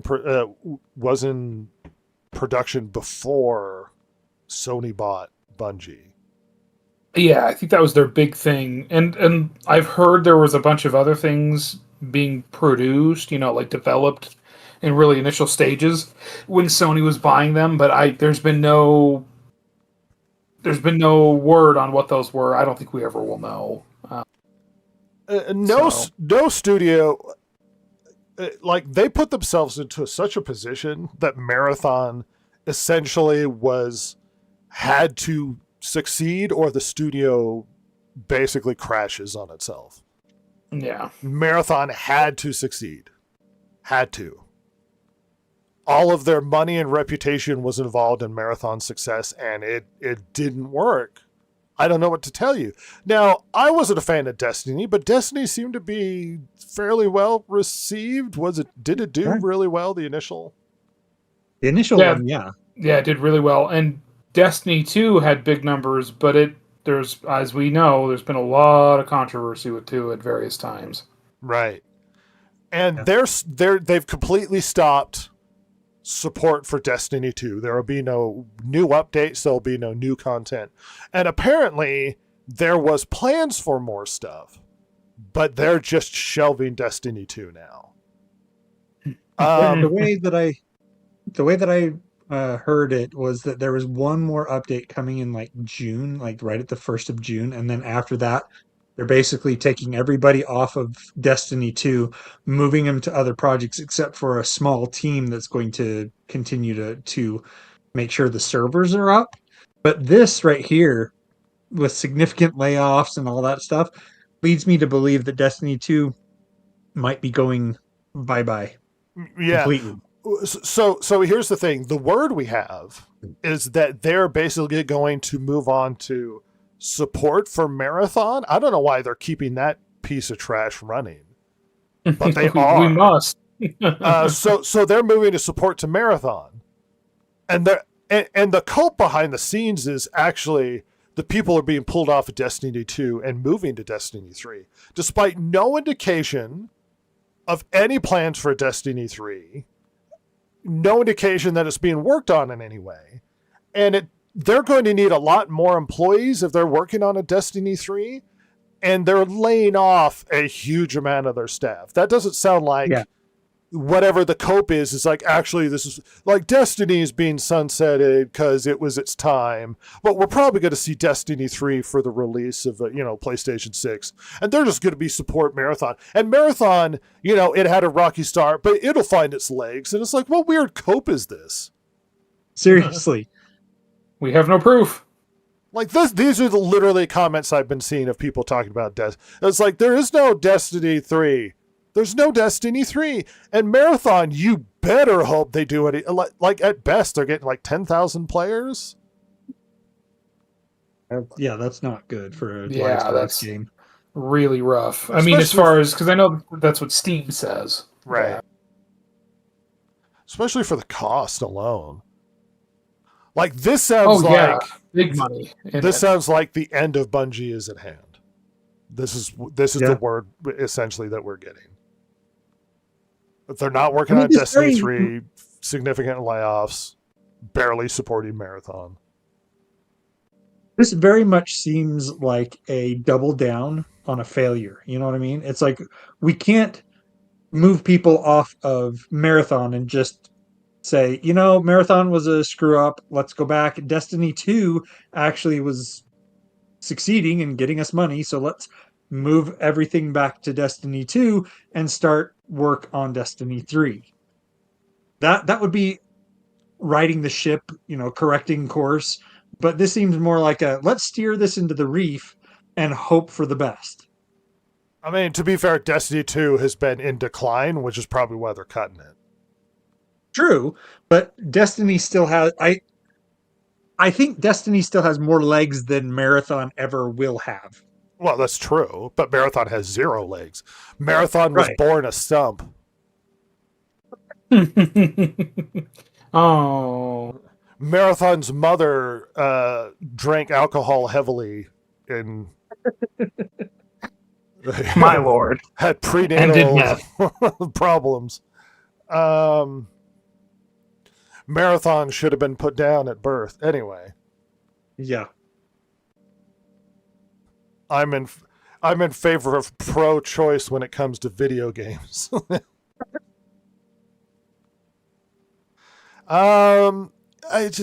Things aren't looking good, you guys. Things ain't looking so hot for the Bungie, a studio that was the stuff like not that long ago. Nope. Look forward to remember when Bungie was a thing? Oh. Oh, you know, Halo, the biggest game ever, to the point where Sony desperately was trying to make a game to compete with Halo. Now it's just like, yeah, nobody cares about Halo, and Bungie's a destroyed studio. Man, they Because went of off and Halo, did their we own got thing the- again. Yeah. Oh, sorry, go ahead. I was gonna say because of Halo, we got the term Halo Killer. I mean, it was Yeah. it Well, was that big. and then Bungie went and did their own thing and had a huge hit again, and then they kept pissing it away over and over again. Yep. Yeah, apparently Destiny did well. I didn't like Destiny. I thought it was bad. Yeah, Destiny did very well. Yeah. Much like many things, apparently Interstellar, I am on the wrong side. Nah. I also hate Avatar, that billion-dollar industry. Doesn't mean it doesn't mean it's good. It just means it made a lot of money. People are happy with sparkly lights, apparently. Yep. I have the only correct opinion. Let's move on. Apparently, Arnold Schwarzenegger is beginning to film King Conan. That's right, we are actually getting a sequel. Oh, Just in the nick of time, huh? Yeah, Old Man Strike while Conan. the iron's cold. So are they going to CGI him, or are we just going to get Old Man Conan on a throne? Like, what is he, 80 years old or something? Swinging a sword? Like, it's not the same guy. But, No. I mean, honestly, old Conan the Barbarian is better than, He-Man at this point. Oh God, yeah. So I'm not. Can we get James Earl Jones back to do the? Oh, Oh. no. Well, he could be CGI. Yeah, didn't his family sign off on AI stuff I so think his they his did. voice could say Yeah. slurs in Fortnite?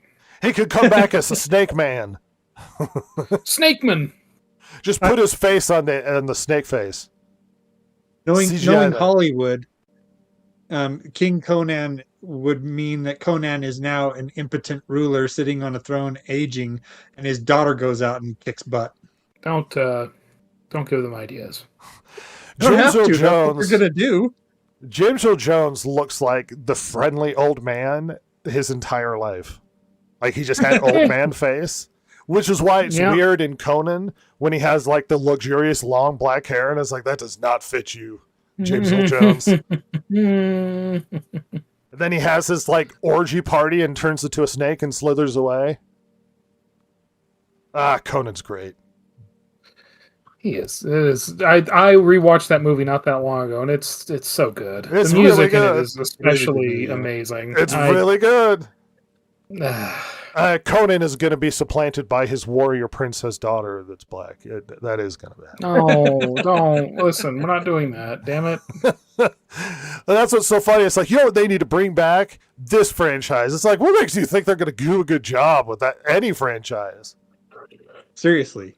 Can anyone They've write messed up Conan every today? other franchise so far. Why would we trust them to do justice to this one? How much disrespect should we be succumbed to?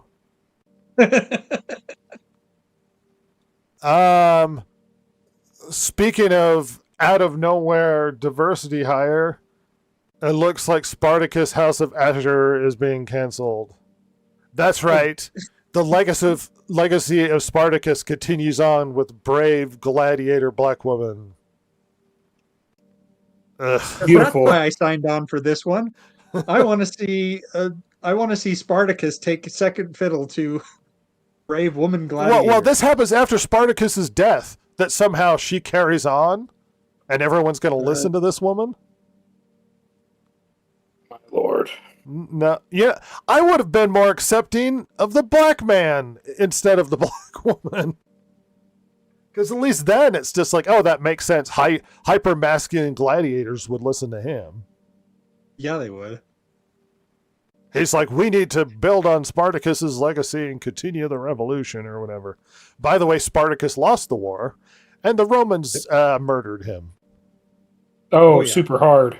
Super hard. Might have been William Wallace, the whole chop him into multiple pieces and hang them for the four corners of Britain. Yeah, what was it? They had the road to Rome lined with the crucifixions. Yeah, of the gladiators. Mm-hmm. I mean, okay, the show looked bad and it's canceled because everybody knew it was going to be bad. Like, I don't know what to tell you. And if your complaint is what you're afraid of a strong black woman, it's like, no, she's kind of hot. My complaint is historical accuracy, stealing the legacy of another character to buoy up this thing. And also, if this was so amazing, why didn't you watch it? Because it's getting canceled. And it's like, well, because everybody's misogynist. So your strategy for success is everybody else has to go see the movie to make sure it's successful? Pretty much, yes. Just like The Acolyte, yes. Yeah. Well, why didn't men go see it? Because that's why this failed. It's like, you made it clear this had nothing to do with me. Yep. And She-Hulk, too. And She-Hulk. Well, it would have worked if all of the men went to go see a movie that insults them. Yeah. Well, it thanks, basically, Why Samuel. would I see basically this? before these things were released, you all told us this is not for you. Don't go see it. And so we said, okay, gotcha. You got it, Chief. Why isn't anybody seeing my movie? My movie. Sony confirms single-player PlayStation games will not release on PC. Didn't we? Yeah, I well, swear we Sony heard said that this before. suggested that's going to happen, but they've confirmed it now. Oh, okay. I was like, man, this feels really familiar. Yeah, they're not releasing You know it. that game you might like and might pay us for? Forget it. Well, I mean, Okay. imagine like all of those guys obsessed with like Final Fantasy VII Remake, and they can't get it on PC with like better frame rates and all of that. They have to play it on console now. Yeah, because the first two are on PC, right? Yeah, I think so. And so part 3 won't be. No. Oh my god, that sucks. Yeah. Well, Sony, No no. God of War being ported over anymore. None of this. No, sad. Yeah. Look forward to that, everybody. No more PC Master Race killing it. Why won't Sony give us the games? The PCs are better than consoles, everybody. Also, we rely on console games to be released on our system to justify it, but anyway. Oh well.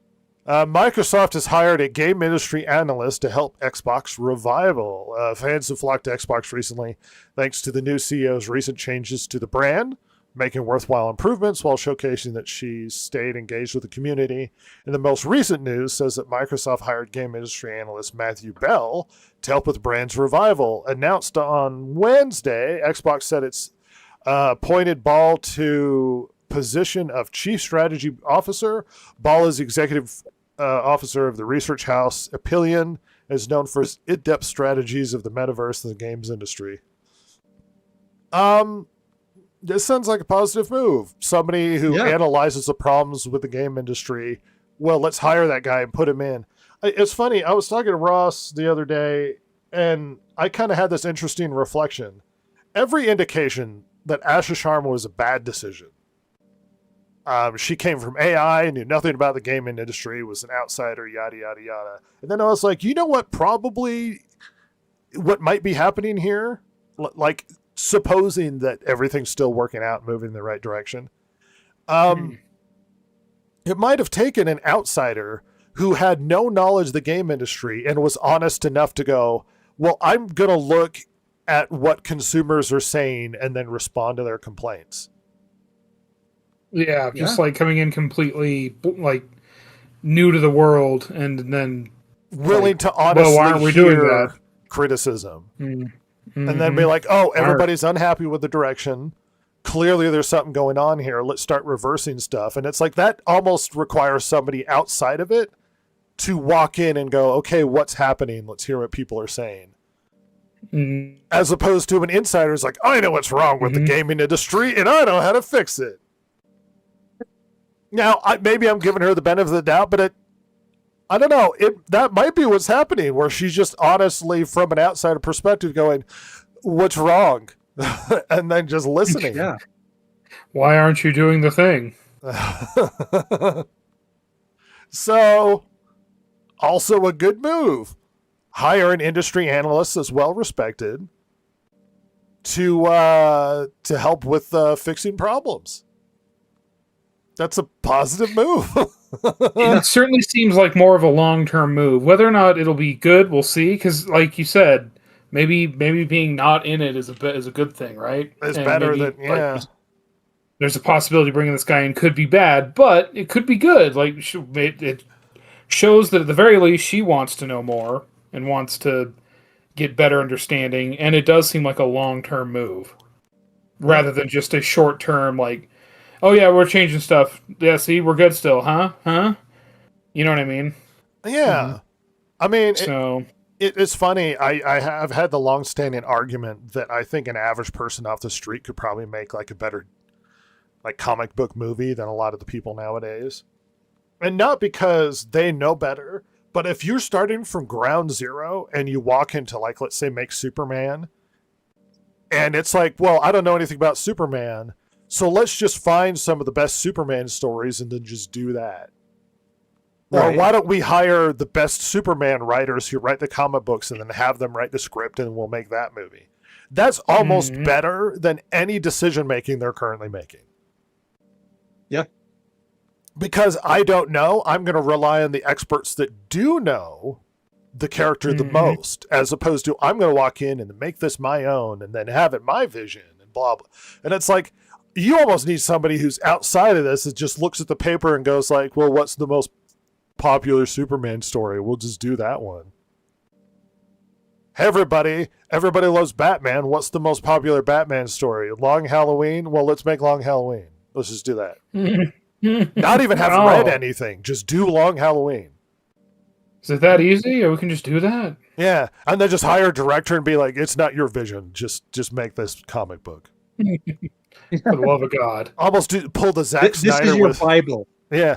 Do not stray from it. Pull the Zack Snyder with 300, where he almost copies frame for frame, like panels in the comic. Yeah. I mean, they treated Lord of the Rings like the Bible when they made the movie. And did the Hobbit. Famously, Ian McKellen walked around with the book in his hand and would refer to it when they would talk. I mean, I guess that worked out for him, you know. Yeah, well, I guess. We had that interview from Peter Jackson recently. Did you see that? I heard it. Yeah. Yeah, he was giving a talk, and he was telling a story about some FedEx guy who was delivering stuff to his house, and the FedEx guy shows up, and he's like, "Oh, you're that guy. You're that guy that did the Lord of the Rings movies, right?" And he's like, "Yeah." He's like, "Oh, I love those. Those are great." And he's like, "Oh, thanks, man." And then he goes, "Man, it's too bad they didn't have you make the Hobbit movies. Those things were terrible." And he goes, "Oh, well." And it's funny. Peter Jackson's response is like, "Oh, yeah, tell me about it." And it's like, "Oh, he did make the Hobbit movies," but anyway. Oh. Subnautica 2's Steam EULA is getting huge backlash. On first launch, players must accept a detailed end-user license agreement, and players are worried after reading them. 1, the agreement grants a license to play the game rather than transferring ownership. Interesting. 2, it includes restrictions on streaming, screenshots, recordings, and certain types of content creation or monetization, often requiring disclaimers. 3, the publisher retains the rights to revoke access for specified reasons.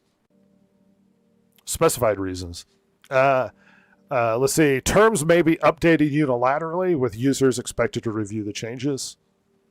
The agreement covers data collection practices involving personal and device information. It addresses ownership of player-created content, modifications, and related materials. Additional clauses address liability limits, dispute resolution through arbitration in California, and prohibitions on certain software tools, VPN use, and other activities. Huh. Yeah, people are not responding positively to this. Weird. Yeah, I mean, Subnautica. the arbitration thing, that's pretty standard. Most of the time, they're like, if you have a problem with this, you have to arbitrate it our way, where we say. So that is what it is. But the other stuff, yeah, the that's explicit really language bad. of you don't own game and we aren't even transferring ownership, we retain ownership. They're explicitly saying it. Yeah, there's been a lot of negative reception to that. It's funny because Subnautica 2 is being received well. It was in early access for a long time, wasn't it? Yeah, I seem to remember it being in for quite a while. Yes. Yes. And you know what was the biggest request after launch? You can't kill any of the animals. Oh yeah. And they're like, why can't I kill any of the fish? And the game won't let you. And literally the biggest request was essentially, I want to murder animals in the sea. In this alien sea. Yeah. I don't care what else this game does. I just want to kill me some stuff.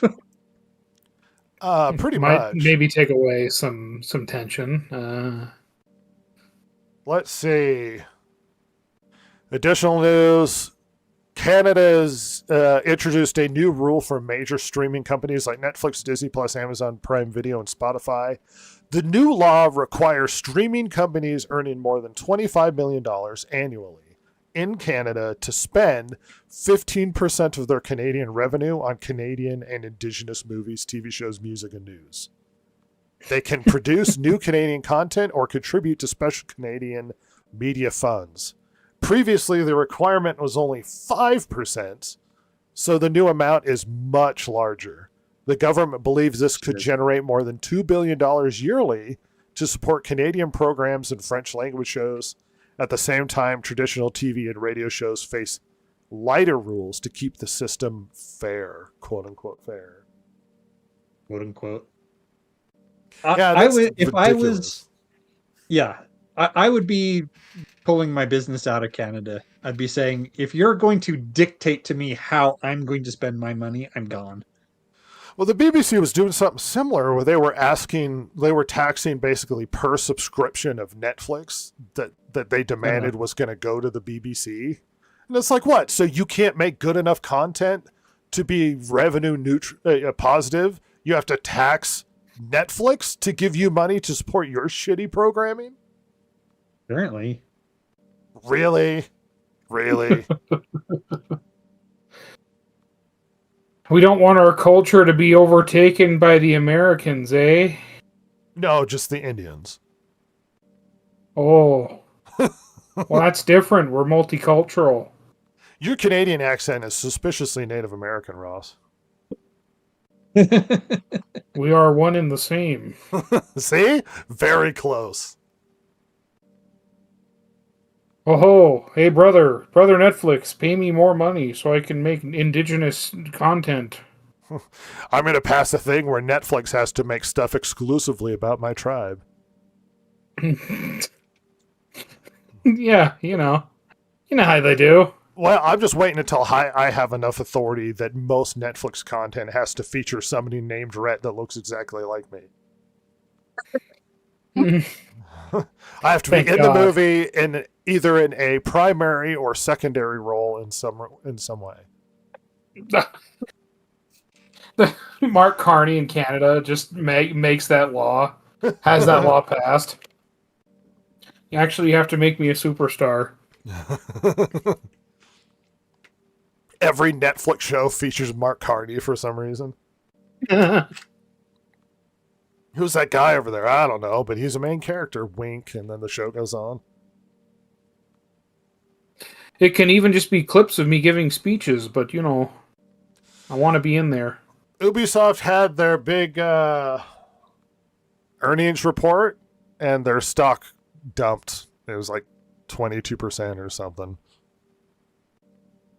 Whoopsies. Yeah, they're reporting 1.32 billion euros of operating loss. God damn. Holy cow.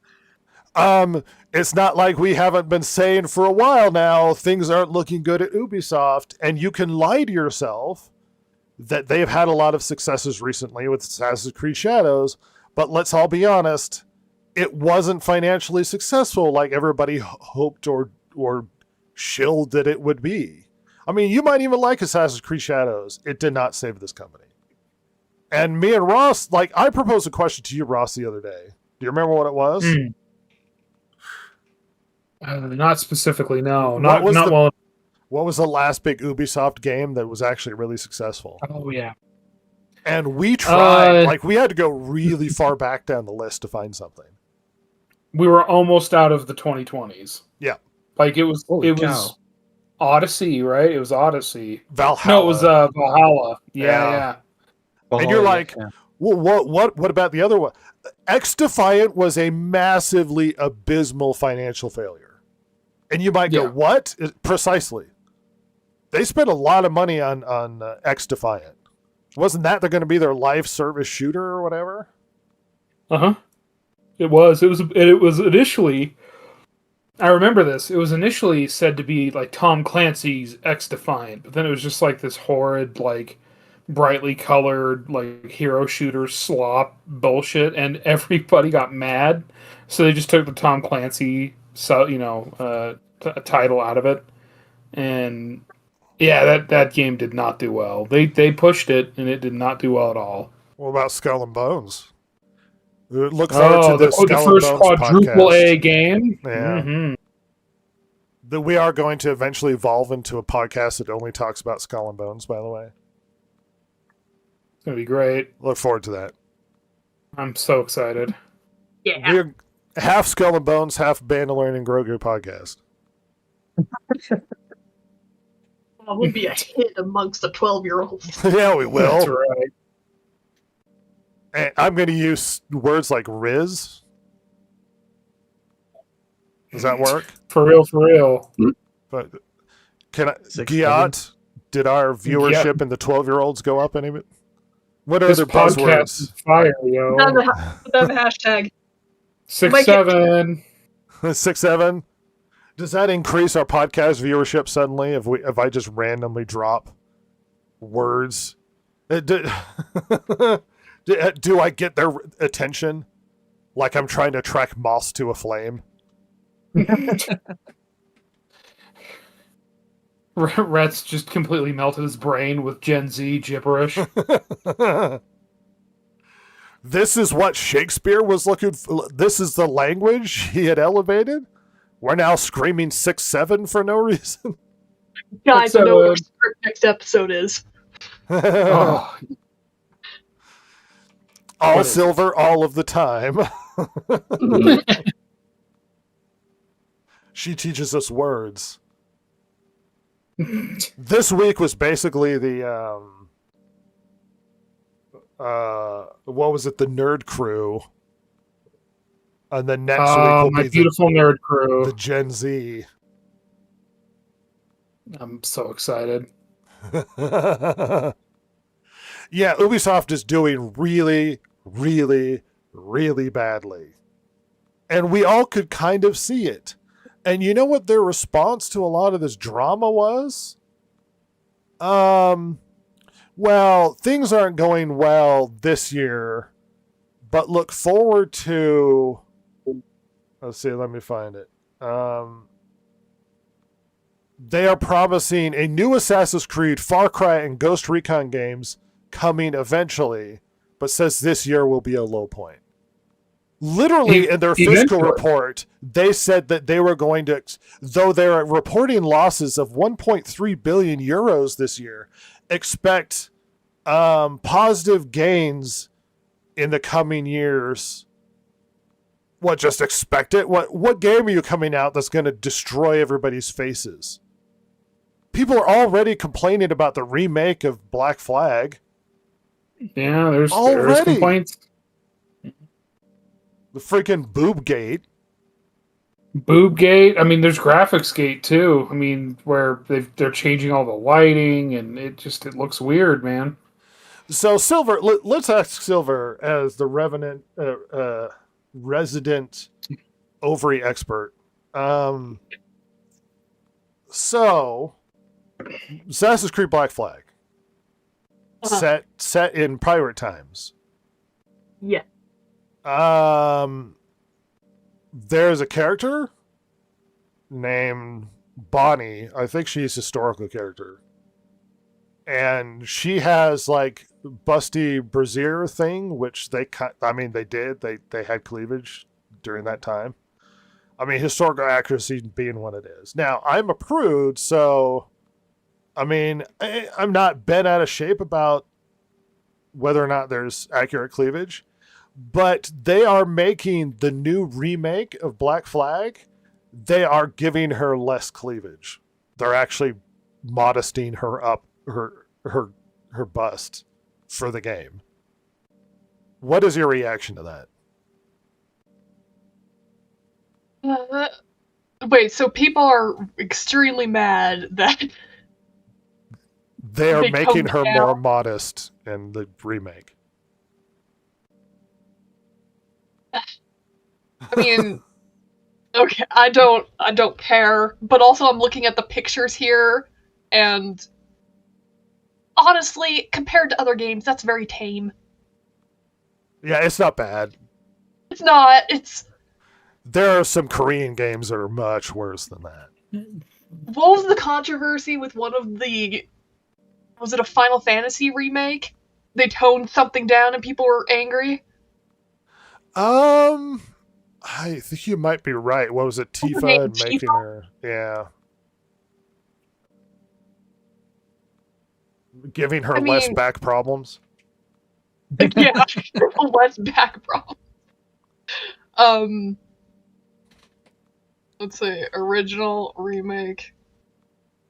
I'm not seeing a difference in these pictures. Maybe okay. Anyway,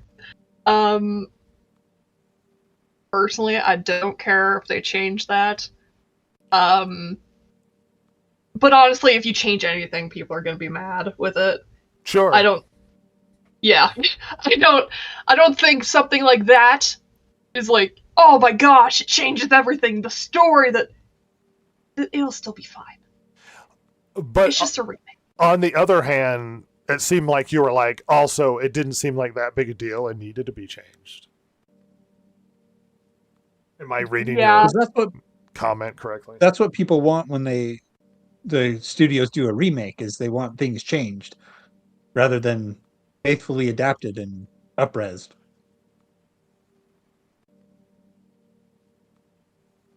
And I don't know this character. Is she like consistent throughout the story, like common? I think so. I mean, They honestly probably just should have left it alone, and if they knew people at all. If it was really bad, that would be one thing, but it didn't seem like it was that bad. Yeah, no, I wouldn't have thought anything of it looking at these pictures. But if that behind the scenes, there's someone there being like, oh my gosh, this character's only here because she's overly sexy woman character. Well, we need to get rid of that. The hypersensitivity. I mean, they already don't trust Ubisoft. Do you think changing stuff in their most beloved game is gonna not get people to complain? Yeah. People are gonna hate any that they of already are. Right. Anyway, insight from Silver. Let's anyway, big games coming, everybody. Ubisoft, big games. Success down the road, even though it's a failure this year, look forward to big success next year, even though you haven't had a massive success in a while. Trust us, success next year. Success next year. Guaranteed. Something weird's been happening with Masters of the Universe. They haven't had him show up for any of the marketing. No interviews, no showing up to promote. Jared Leto hasn't been doing anything. Oh. Do they not want awkward questions about his cult? Well, there's been speculation as to is it because he's box office poison? Because we had Tron Ares, and it's like, well, then why did you hire him? He's just a skeleton man. You could have voice actor man do it. You don't have to have Jared Leto. Well, was He-Man... Were they doing He-Man as Tron was coming out, though? You can change the voices. Sure, I guess you could, but you still got to pay the guy, so... Would you rather Controversy Man and keep him in, or purge him and still take that loss, but at least Controversy Man's not attached to product? Well, here's my thing. I guess, if we're talking about Controversy, maybe, because he's, weird sex cult guy, but I don't think Tron failed because of Jared Leto. No. Definitely not. I don't think Jared Leto helped it, but it didn't fail because of him. No, yeah. I don't think he brought anybody along. Most certainly he did not. Not in anything that matters. Remember when he showed up to that theater premiere and it was mostly empty? Oh, yeah. God, that was awkward. To say, he's like, thanks for coming to the movie, 5 people. Tron!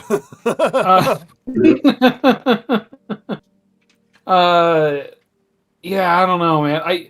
Because everybody does wonder, because he's been in so many flops. I mean, with Morbius and all this shit, and then Tron, and where it's what does he have on the producers of Hollywood? What dirt does he have? that they keep putting him in stuff. I don't see the appeal of Jared Leto, but he has been in movies where he's been good. He's just a weirdo. Let's not forget the Joker. Oh my god. Yeah, the worst Joker. Party Joker. You can tell he's damaged by the tattoo in his face. I love trash Joker. Were his best movies Lord of War and American Psycho? He was in Fight Club. Not as a main cast. He was the one that got the crap beat out of him because he wanted to destroy something beautiful. Briefly. Requiem for a Dream, I guess. Requiem for a Dream is probably his peak. Yeah. And he's just weird, man. Yeah, people, look, he wasn't bad in 2049 near as I can tell, but I don't know if he added anything that anyone else couldn't have. Yeah. He needs... The funny thing with Hollywood is they keep trying to make Jared Leto a thing, and it keeps not working. And the funny thing is, it's not because he's not a good actor. It's just they keep trying to put him in stuff, assuming he's just great actor, man.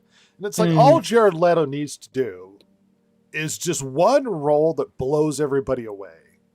And then it's like, oh, Jared Leto's amazing. And it's like, we didn't give him enough credit for how nuanced his other roles like Joker were or whatever. But they can't find a role where he really shines. They keep trying to insert him into stuff, and he's just weird. He's like, So he's so talented. I'm the Joker. I keep telling this guy to make out with my girlfriend. And then he's like, okay. And he's like, how dare you make out with my girlfriend? That's weird, isn't it?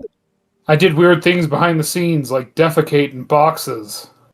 I sent people dead animals as gifts because I'm weird.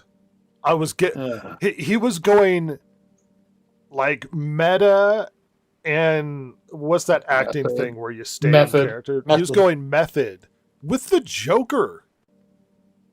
Well, I'm sure he heard that, That's how you get an Oscar, man. Yeah, well. Well, Heath Ledger didn't method the Joker, is the funny thing. No. Despite rumors that the Joker drove him insane and that's why he overdosed, that wasn't true. And you can hear from multiple people, he's like, no, he was fine on set. He wasn't going crazy. He just had sleeping problems, and he OD'd on sleeping pills. Yeah, he had a drug issue. And which is unfortunate. But Heath Ledger wasn't like, he was so tortured by the amazing role of the Joker that he couldn't shake it from his head and then went insane. And it was, I mean, you romantically want that to be true. Jared Leto, right. I can believe that happened. Wasn't it Jack Nicholson that said that too? Supposedly? I told Heath to stay away from that role. He got obsessed with it. Well, he also got angry that they didn't bring him back to play the Joker as an old man. Wrong universe. Like, it's not saying, all right. No, he did. He got angry that they didn't bring him back. And I was like, what? You're the only one allowed to play the Joker now? Which is hilarious. Well, yes. But it's also hilarious because it's like, Jack, you just go get drunk and then go to Lakers games these days. What are you talking about? You don't give it. The last movie he did was The Departed, I think, at that point. Yeah, he thought he should have been the Heath Ledger Joker. My Lord. It was like, well, your mafia guy thing wouldn't have worked. Like, I don't... Imagine him going, you know how I got these scars? What scars? You just have a weird smiley face. Do you want to know how I got these scars, Chief? I love Jack Nicholson's Joker. Love his role. Yeah, it's really good. It's good, yeah. Yeah, he doesn't need to. Weirdly enough, like an old, like psycho drunk Jack Nicholson in Suicide Squad instead of Jared Leto would have probably been entertaining. Just imagine him with the damaged tattoo in his face. Oh my god.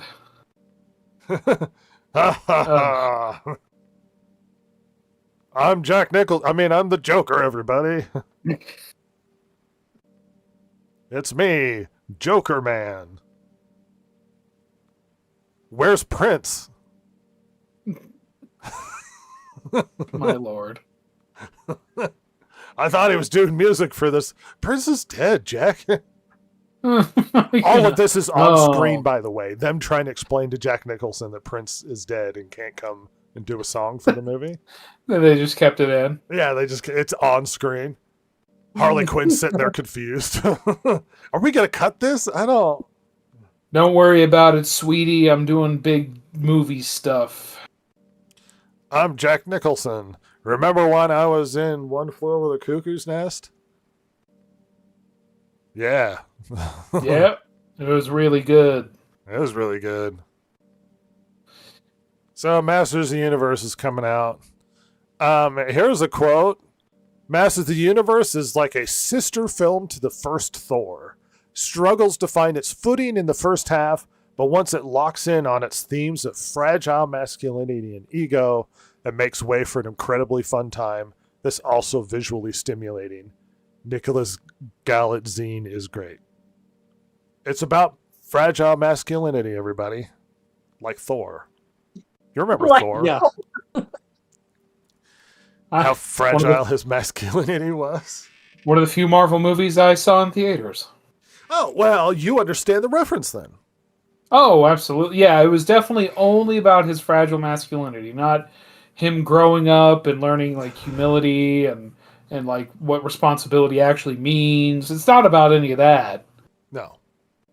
It's about attacking the concept of About his masculinity. fragile masculinity. Yeah. Yep, that's true. It's both about him having fragile masculinity and also toxic masculinity. Yep. And also him. masculinity as a whole. Mm-hmm. Mm-hmm. I went down a rabbit hole recently because I was thinking out the name He-Man, and I was like, well, He-Man came out in like 81, 82 or something. Mm. Started as like toys and comics. Yeah. And then I was like, but they refer to He-Man in the Little Rascals in the 1930s. The He-Man Woman Haters Club? And I was like, well, where did that term came from? And so I kept trying to understand what it was, and I finally was able to track down. Apparently, the term He-Man was like a colloquial term at the time for like being a man's man. Oh. Yeah. So it's like he's a man's man. He's a He-Man. And I was like, oh, interesting. Because I was trying to understand. It's like, well, He-Man, does He-Man date back to the 1930s? Because it's goofy enough, I would believe it did, but it doesn't. It does have a bit of a Conan vibe to it, for sure. Oh, sure, yeah. But does it And I'm sure that predate Conan at that point? influenced it quite a bit. Sure. Kind of interesting. I was like, wait, where did that come from? That doesn't add up. The funny thing is that the origin of it is that this guy is a man's man. This guy is the epitome of masculinity. And what are we getting here? Well, I think that's the point. They're tearing down a classic symbol of cliched masculinity. I think that's the point. At least, here's exactly the stupid what part. all of us want in our He-Man movie. Well, right, but here's the stupid part. At least with the rhetoric of the movie, of what the director and the actor and some of the reviewers are saying, as opposed to, we don't know. Because as opposed to Mandalorian and Grogu, it's much more possible, though still bad indicators, that this ends up good despite stupid commentary around the movie. Mm. Yeah. Because I heard stupid political commentary surrounding Andor, and Andor was still good. Oh, yeah. So there is a theoretical possibility that Masters of the Universe does turn out, like He-Man does turn out. I guess that's true. With negative prospects, what wasn't going to be good was Mandalorian and Grogu. No. He-Man is one of those wait and see until the reviews come out. But if that review seems to be accurate, which a lot of people are saying that comments from reviewers like that are just projecting and they don't know yet, they're just, projecting what they think it is or what they want it to be or whatever. It's not that hard to just make cool guy movie. It's like, I made hyper masculine cool guy movie. I'm also going to make snotty comments in the background just to indicate I'm not super into the cool guy jacked fight man. I mean, that's really what Conan was, essentially. True. Mm-hmm.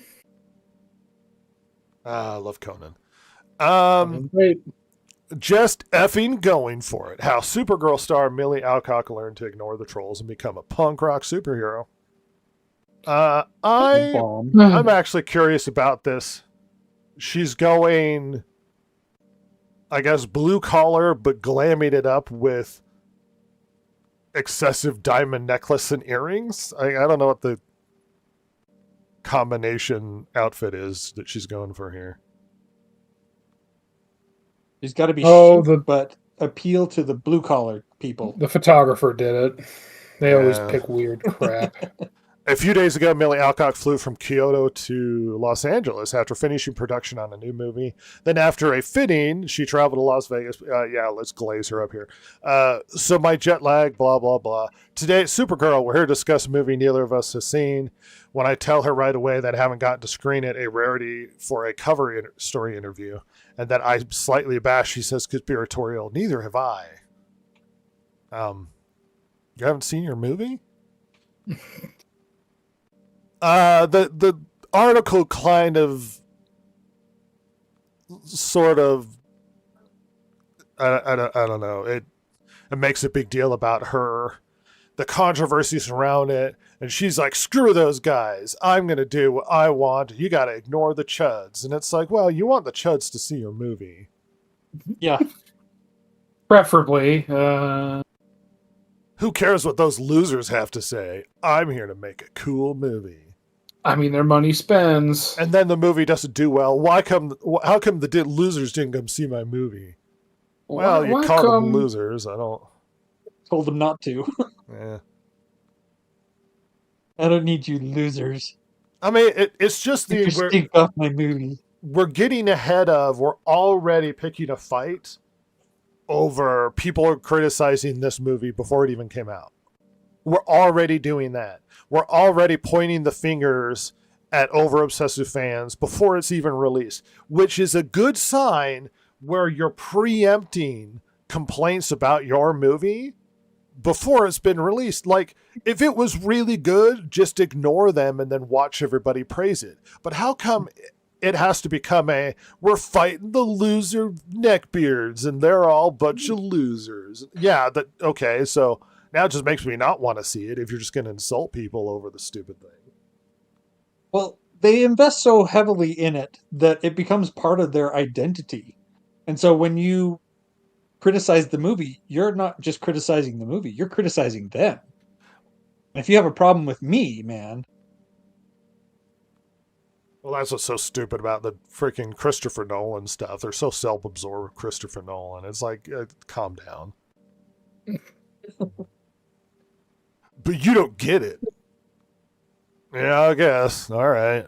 Movie still sucks. I don't know what to tell you. No.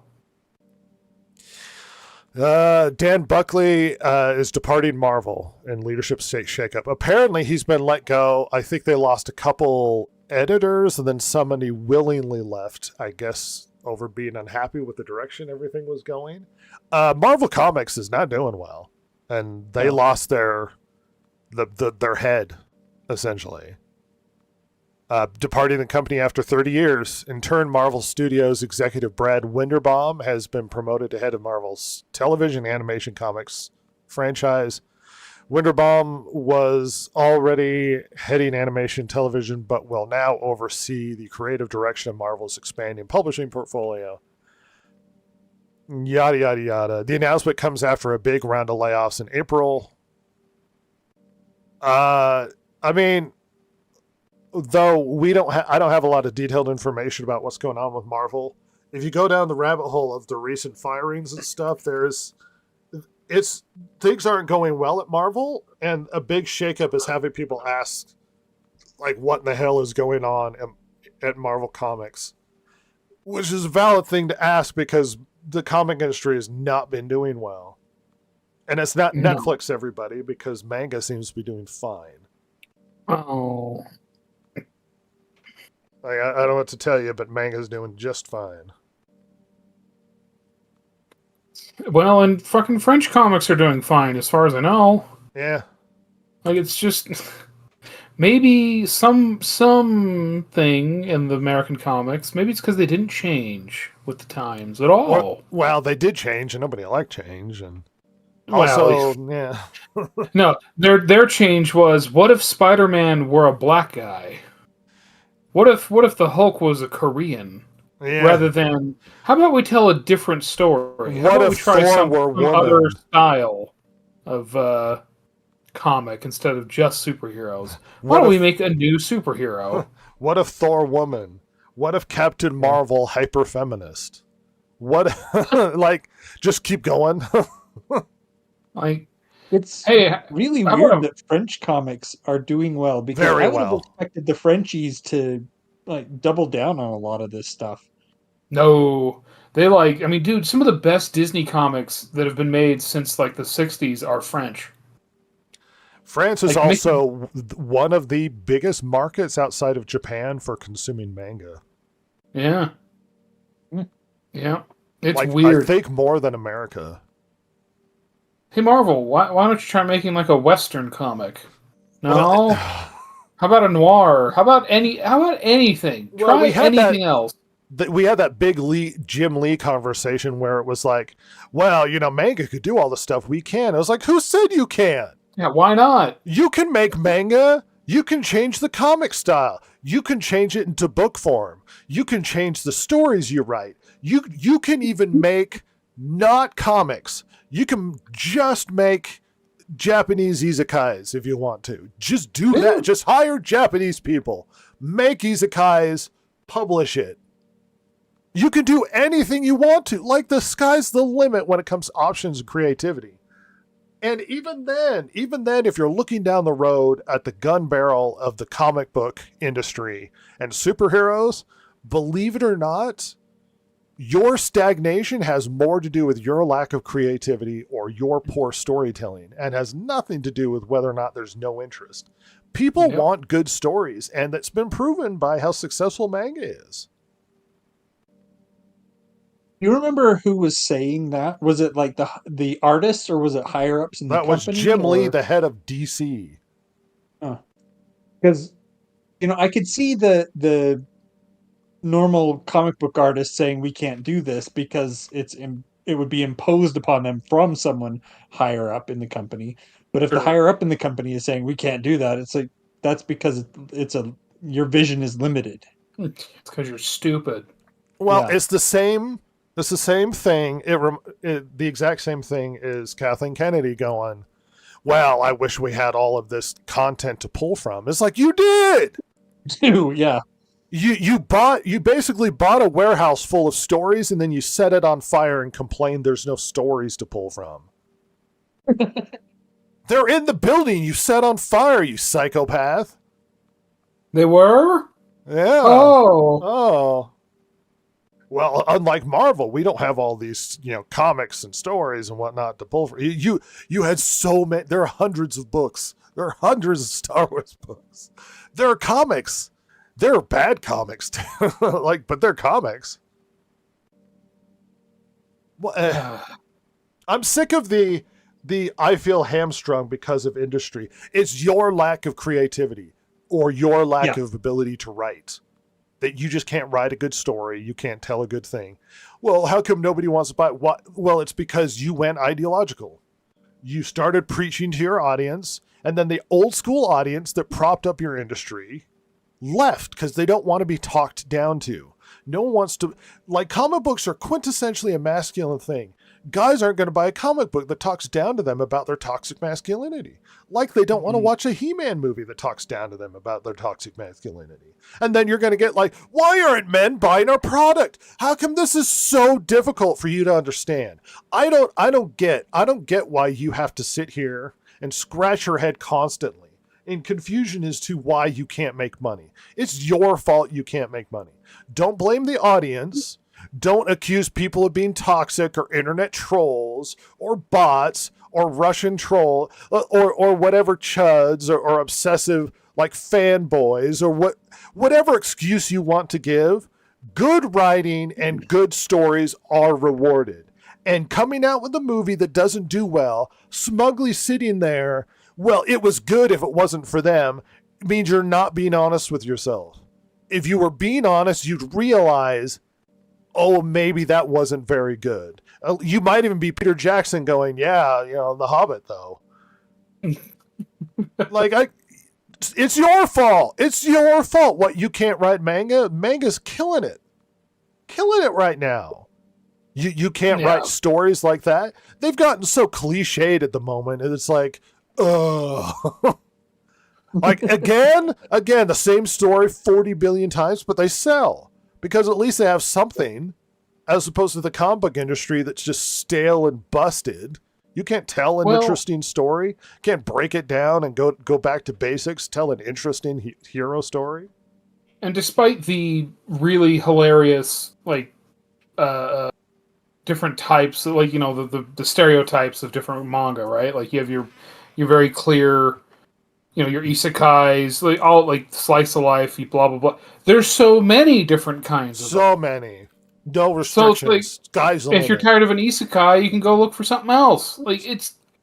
Whereas, with the big American comic book companies, what do they have that's different from what they did 30, 40 years previous? Other than it's shitter. Not much. They haven't changed a thing. It's funny. I've watched some anime with my mother, and we'll watch it. She's like, wow, it's so different and weird. Like, I've never seen anything like that. It's like, because it's creative. Yeah.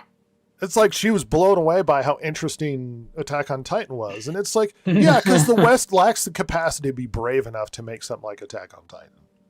Yeah. They just do. And that's why they're eating your lunch. Dear Hollywood person, comic book person, anyone in popular culture in America, they're eating your lunch. And you don't know why. And it just... You're going to sit there confused asking what happened while you're sitting there amongst the rubble of what used to be a dominant industry.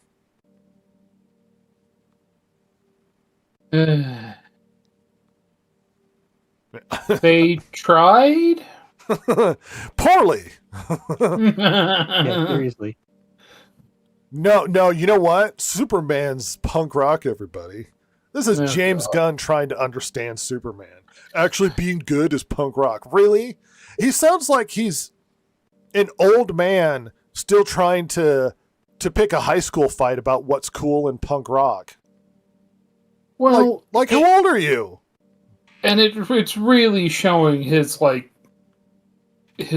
deficiencies as an adult. That, like, really, you don't understand Superman? Like, listen, I don't like Superman. I fucking get Superman. I understand what makes him popular. How do you not get this?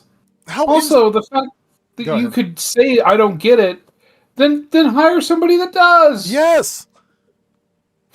How insecure? Your ego. Well, he has a huge ego. He absolutely does. But how insecure are you that you have to explain to the audience in the movie that actually being dull and a good guy is punk rock? You're literally justifying your film to the audience.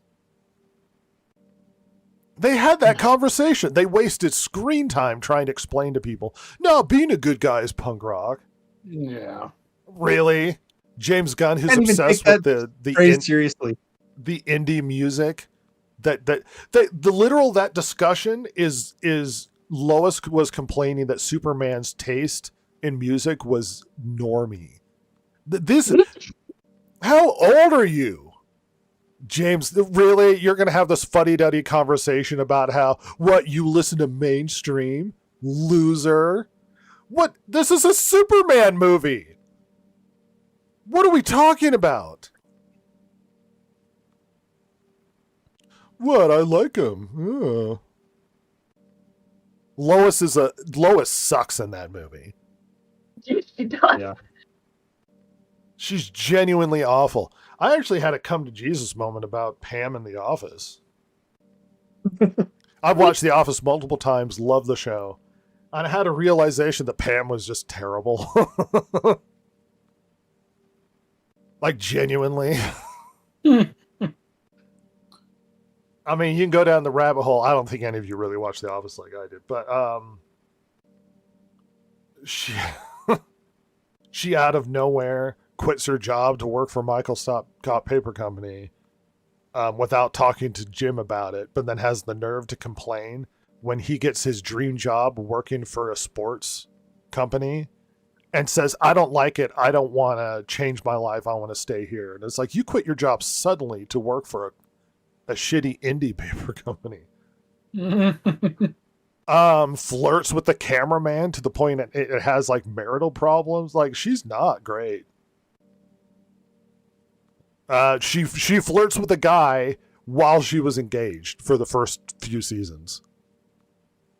Yeah. Pam's terrible. It's like that realization where you start to think about the Titanic for 5 seconds. It's like, oh, Rose is an awful person. She was terrible. She really You steal is. the family heirloom and chuck into the sea. Chuck it into the sea. Or Forrest I'm Gump. thinking about this poor guy as I've been married and had Yeah, kids Jenny was and kids. trash human being. Jenny taking advantage of a mentally handicapped individual.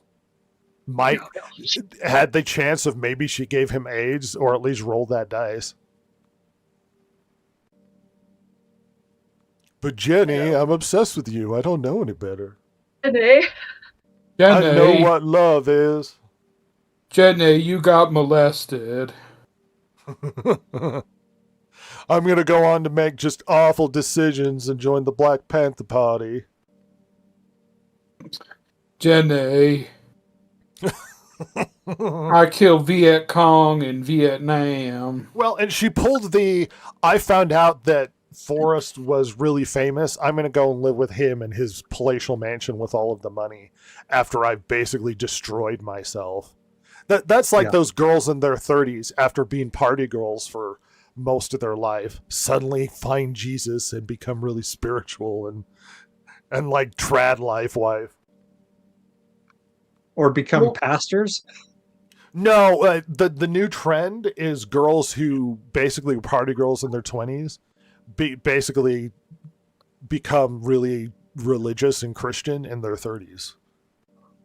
Oh, I know. I was referring there have been a number of pastors who, because of bad choices, went into the prawn and the shrimping companies and then became pastors later in life. Those hot crustaceans. Melanie Mack would fall into the I'm trad wife now. Yeah, even though she was like mega pro LGBT for like damn near a decade. Yeah. Oh, okay. Now she like blatantly says the F slur. And I'm like, oh, all right. It's funny to me too because in the book, Forrest Gump is kind of a douche. Oh yeah, the book is way different. Forrest Gump's a likable character in the movie. Yeah, in the book he's like kind of like he's more like what a guy with his intelligence would actually be like. Well, it's funny too because you root for him in the movie because he's such a simpleton, and also he kind of just stumbles into success a lot of the time. Oh yeah. Yeah. Like he survives Vietnam magically and luckily, not because he's good at anything. No. Yeah. He is really good at ping pong. God essentially intervened in his shrimp boat business, though. Just God decided Forrest Gump needs success and just thumbed his way into his winning the shrimping business. I mean, he lucked out more than anything.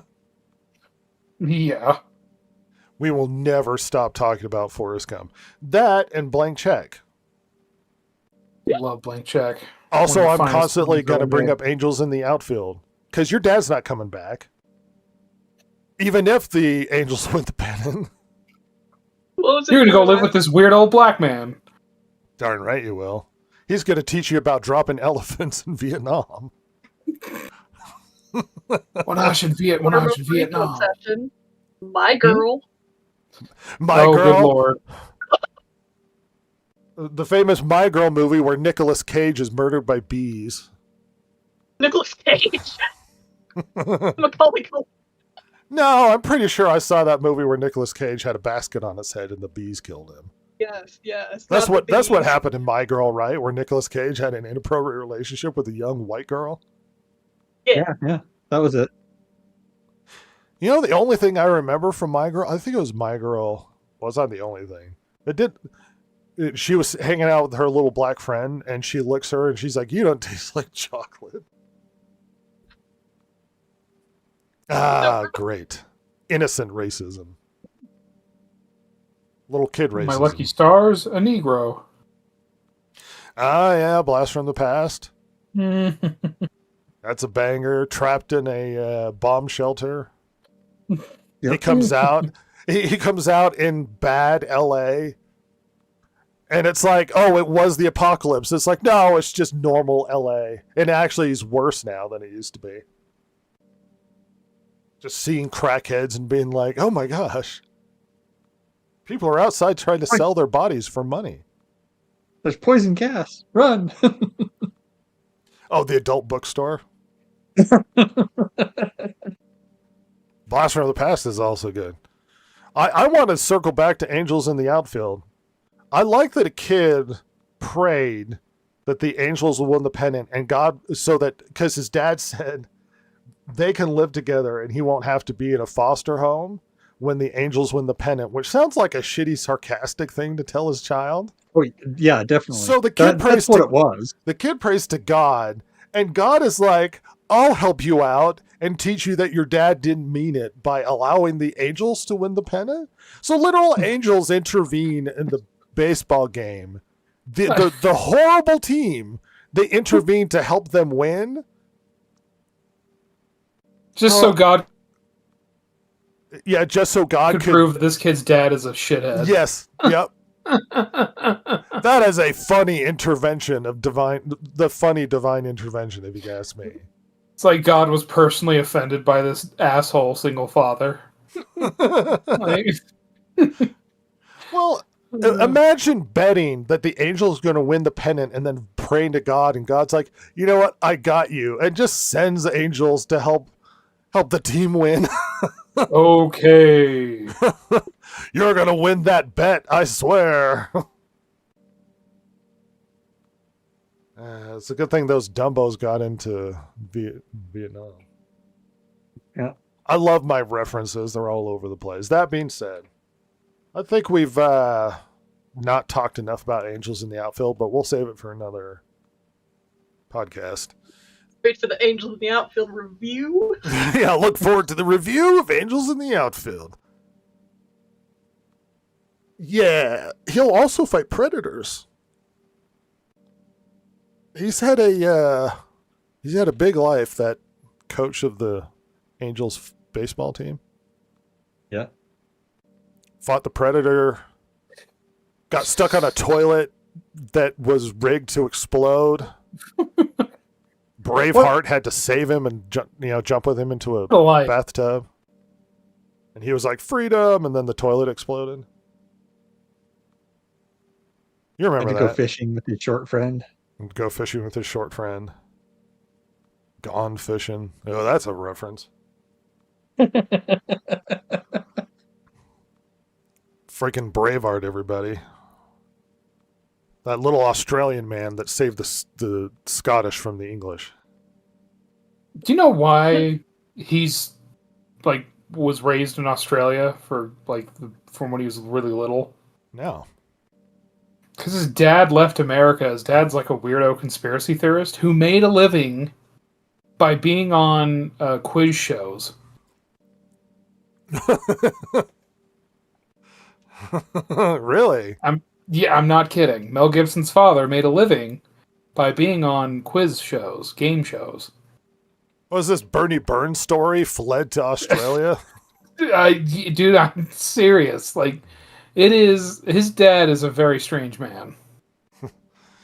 I fled to Australia because I don't like Trump, and now I'm living there.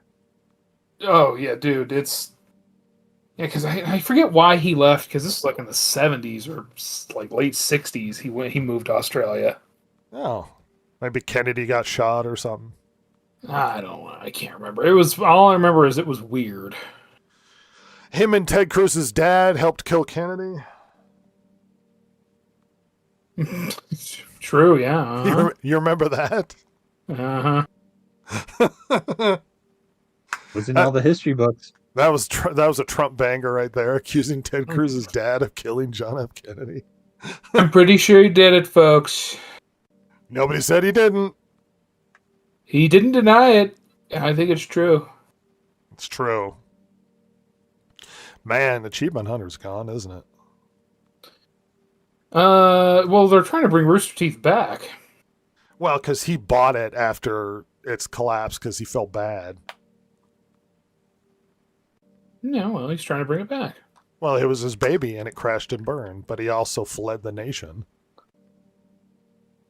Yeah. So I mean, come on. I mean, Ken. Oh. What we're gonna pull out more what Machinima, Halo Red versus Blue? Because Halo's still relevant today. No, very relevant. I didn't Like, even you think it was imagine- funny at the time. The first like 2-3 seasons, as you could call them, were fine. Once they started animating fight scenes, I was over it. I'm going to be honest with you. That was kind of it for me. I'll come back to Achievement Hunter and Rooster Teeth if they bring back Ryan. Good luck. I want Ryan back, and I want him to do a podcast with Bill Cosby. God. You know what's funny about him is when he came back, well, when he got kicked out, he tried to do streaming, but like Twitch kicked him off because of complaints. But the problem is he wasn't convicted of anything. These are just accusations. So, despite the fact he's a scumbag, I don't like we're convicting you because of accusations and not allowing you to stream. As opposed to, well, he was convicted in a court of law because of doing something inappropriate, which he never was. Meanwhile, they have let Destiny stream in the past, and he has like nudes of like an underage girl on his computer at some point. Hassan shocks his dog.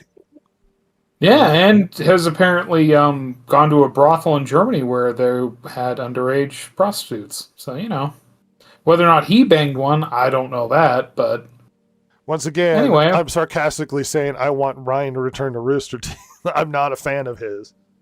But I just think it's hilarious, that drama. That was a part of as Rooster Teeth was collapsing, you had the Ryan drama, and then was it Adam drama with Funhouse? Yeah. Yeah. Sending sexy pictures to ladies. God, thank God I wasn't a huge Rooster Teeth fan. That would have been depressing. Yeah. Much like most people, unlike most people, everybody loved Gavin, and I couldn't stand him. Oh, I know. Yeah. You're a big fan of the Limey. No. I hated that kid. You love it. It's funny. An era of video gaming just kind of melted away, much like Bungie, to bring this back around. Oh. I mean, they based their whole thing off of mostly playing Halo at the beginning and then just GTA. Yeah. Yes. And now they're gone, much like Bungie's reputation. Now they're dead. It's funny how many companies are like huge brands, like significant to eras of gaming, and then just fail so thoroughly and just bleed away into obscurity. How it goes. Imagine what happens to Bethesda if the next Elder Scrolls doesn't work. Oh God. Imagine and it that's won't. a failure. I'm gonna call it now. It won't. It might It won't do underperform. well. I would be surprised if it's a massive failure, like a Starfield or whatever. Oh no. Do you think Bethesda can change their ways? No, I don't think they can make it, but it could be mediocre. It could be a Fallout 4. I don't think that can fly anymore. You think so?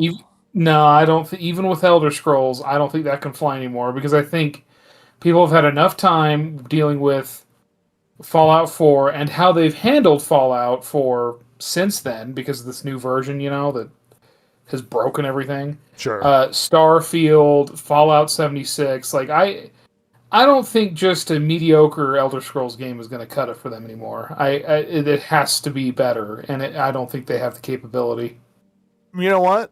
To be fair, it's been way too long. I mean, what are we at? 15 years now? Yeah. Since Skyrim? Oh, yeah. Like, way too long.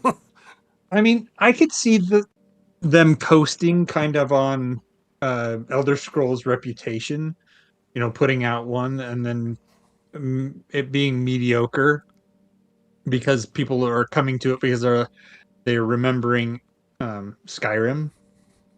But if they did flop on or if they did deliver a mediocre uh, Elder Scrolls, it would really tank them after that, I think. What do you think happens to Rockstar with a bad GTA? I would love to know how Rockstar has their money from GTA Online leveraged. Do you know what I mean? Well, I think they blew it all. Well, see, I think so too. And if they've blown it all on GTA 6, problem. Big problem. I mean, because they earned upwards like $1 billion alone for GTA Online. Yeah, let's see. It was a lot. I think it's even more than that. But then I was hearing about like financial stuff with them, and it's like I don't think they have that money.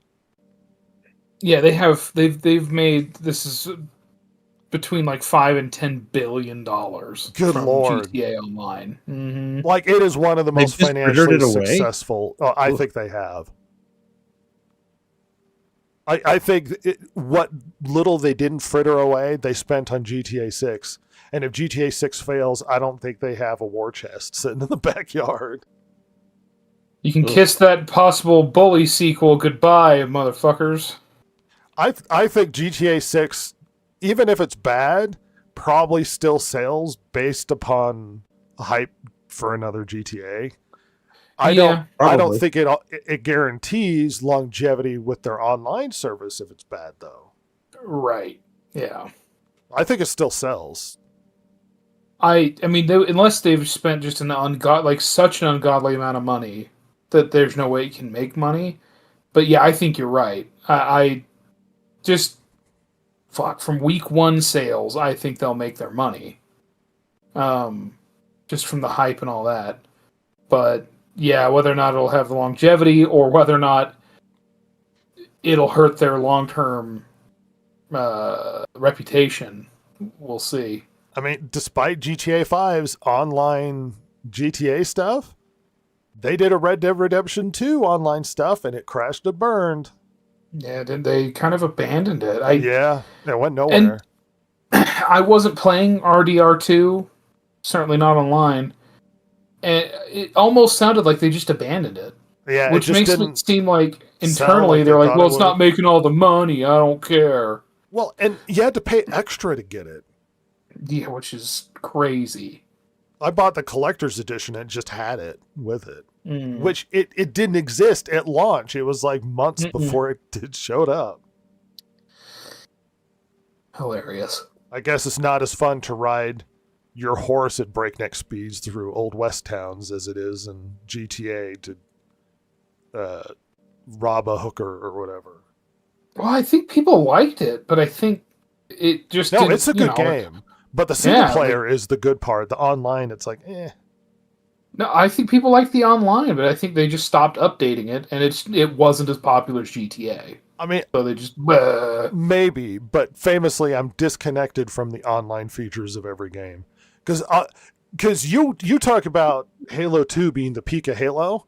I didn't play Halo multiplayer. I played the campaign, and I didn't like the campaign. Yeah, Halo 2's campaign was terrible. And there's people that say that Halo 2 campaign is better than 3's, which is asinine. No. It's crazy talk. I like Halo 2. The campaign is objectively worse than 3's. Yeah, I was. Well, it made. Go ahead. For me, Halo 2 was such a disappointment that Halo 3 was actually a finished campaign. It didn't feel like it cut off halfway through. Yeah, I was genuinely disappointed with the second game. Yeah, seriously. And it's not that it wasn't fun. I just thought the story was dumb. Like the gameplay was cut off halfway through. Yeah, because I play single player, and Ross is like, actually, it was the peak of multiplayer and stuff. I was like, yeah, but I didn't play the multiplayer, so I don't know. Well, for me, it was. It wasn't 3 is the peak for Halo multiplayer. Oh, is it? Period. Oh. Yes, but for me personally, it was 2. Remember how much they lean into the gimmick of you could hold 2 submachine guns, one in each hand? Oh, yeah. How big a deal it was? They showed it off in the E3 trailer, and everybody lost their minds. That's how simple we were back then. Simple and stupid. Simple and stupid. The assault rifle sucks. I like the battle rifle. Yeah, the assault rifle in 3 is actually useful, but yeah, 2 it's terrible. Well, it's not. It doesn't exist. It's just the SMG, which is purely for dual wielding. Compared to the battle rifle, the assault rifle's just like inaccurate mess. Whereas I can actually hit what I'm aiming at with the battle rifle. Battle rifle's the best case scenario of I could semi-automatic and still fight with kind of a sniper rifle. Mm. Yep. Yeah, God, I miss good Halo. I miss good Star Wars. No. It's better start digging, pal, because that thing's in the boneyard. Yeah. Grogu probably ate a little animal in that movie. He probably murdered an endangered species. Grogu ate one of my children, one of my grandchildren. Remember that picture they had of George Lucas holding Grogu like a baby? Like Jesus had come down to bestow his blessing upon the Mandalorian? Did they really? I have not seen that. Yeah, he showed up on set and there was a picture of him holding the puppet. Like a baby holding the puppet in his arms. That's like, Um, oh my God. And then he made the sign of the Star Wars cross. And I want to Patri Filii Spiritus Sancti. Amen. Which is the that crossguard lightsaber. It's not an actual Jesus cross. It's a crossguard lightsaber symbol. Yeah. Well, Grogu died on the cross for our sins, so. I mean, I can live today because he paid for my Star Wars sins. As a dumbass puppet. Yeah, he only has authority over Star Wars sins, not normal sins. So he will take the heat for somebody liking like Attack of the Clones, for example. Yeah, that's why Grogu died. So that I don't have to feel shame for not thinking Attack of the Clone is as bad as everybody says it is. Beautiful. The end of this podcast has been a blast. We've gone all over the place. I'm sure you hated it. Anyway, let's get out of here before things get worse. Silver, you've been really active today. I appreciate it. As always. You know me. I'm going to talk to you later, loser. Despite that, Ross, Jason, it's been nice. And ChatGPT, I appreciate your review of Mandalorian. Thank you. Oh, some of those lines are bangers. Anyway, let's get out of here. It's been a fun podcast. Time to run away. I'm afraid of the night.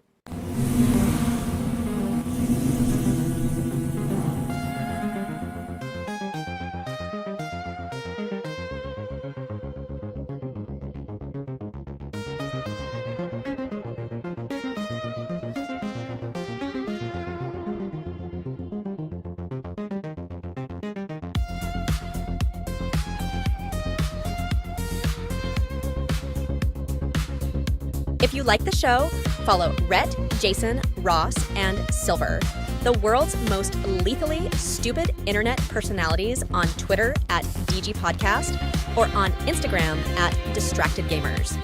If you liked or hated what you heard here today, you can email them at thedistractedgamers@gmail.com and share your feelings. Not that Jason would care, since he hasn't any, of course.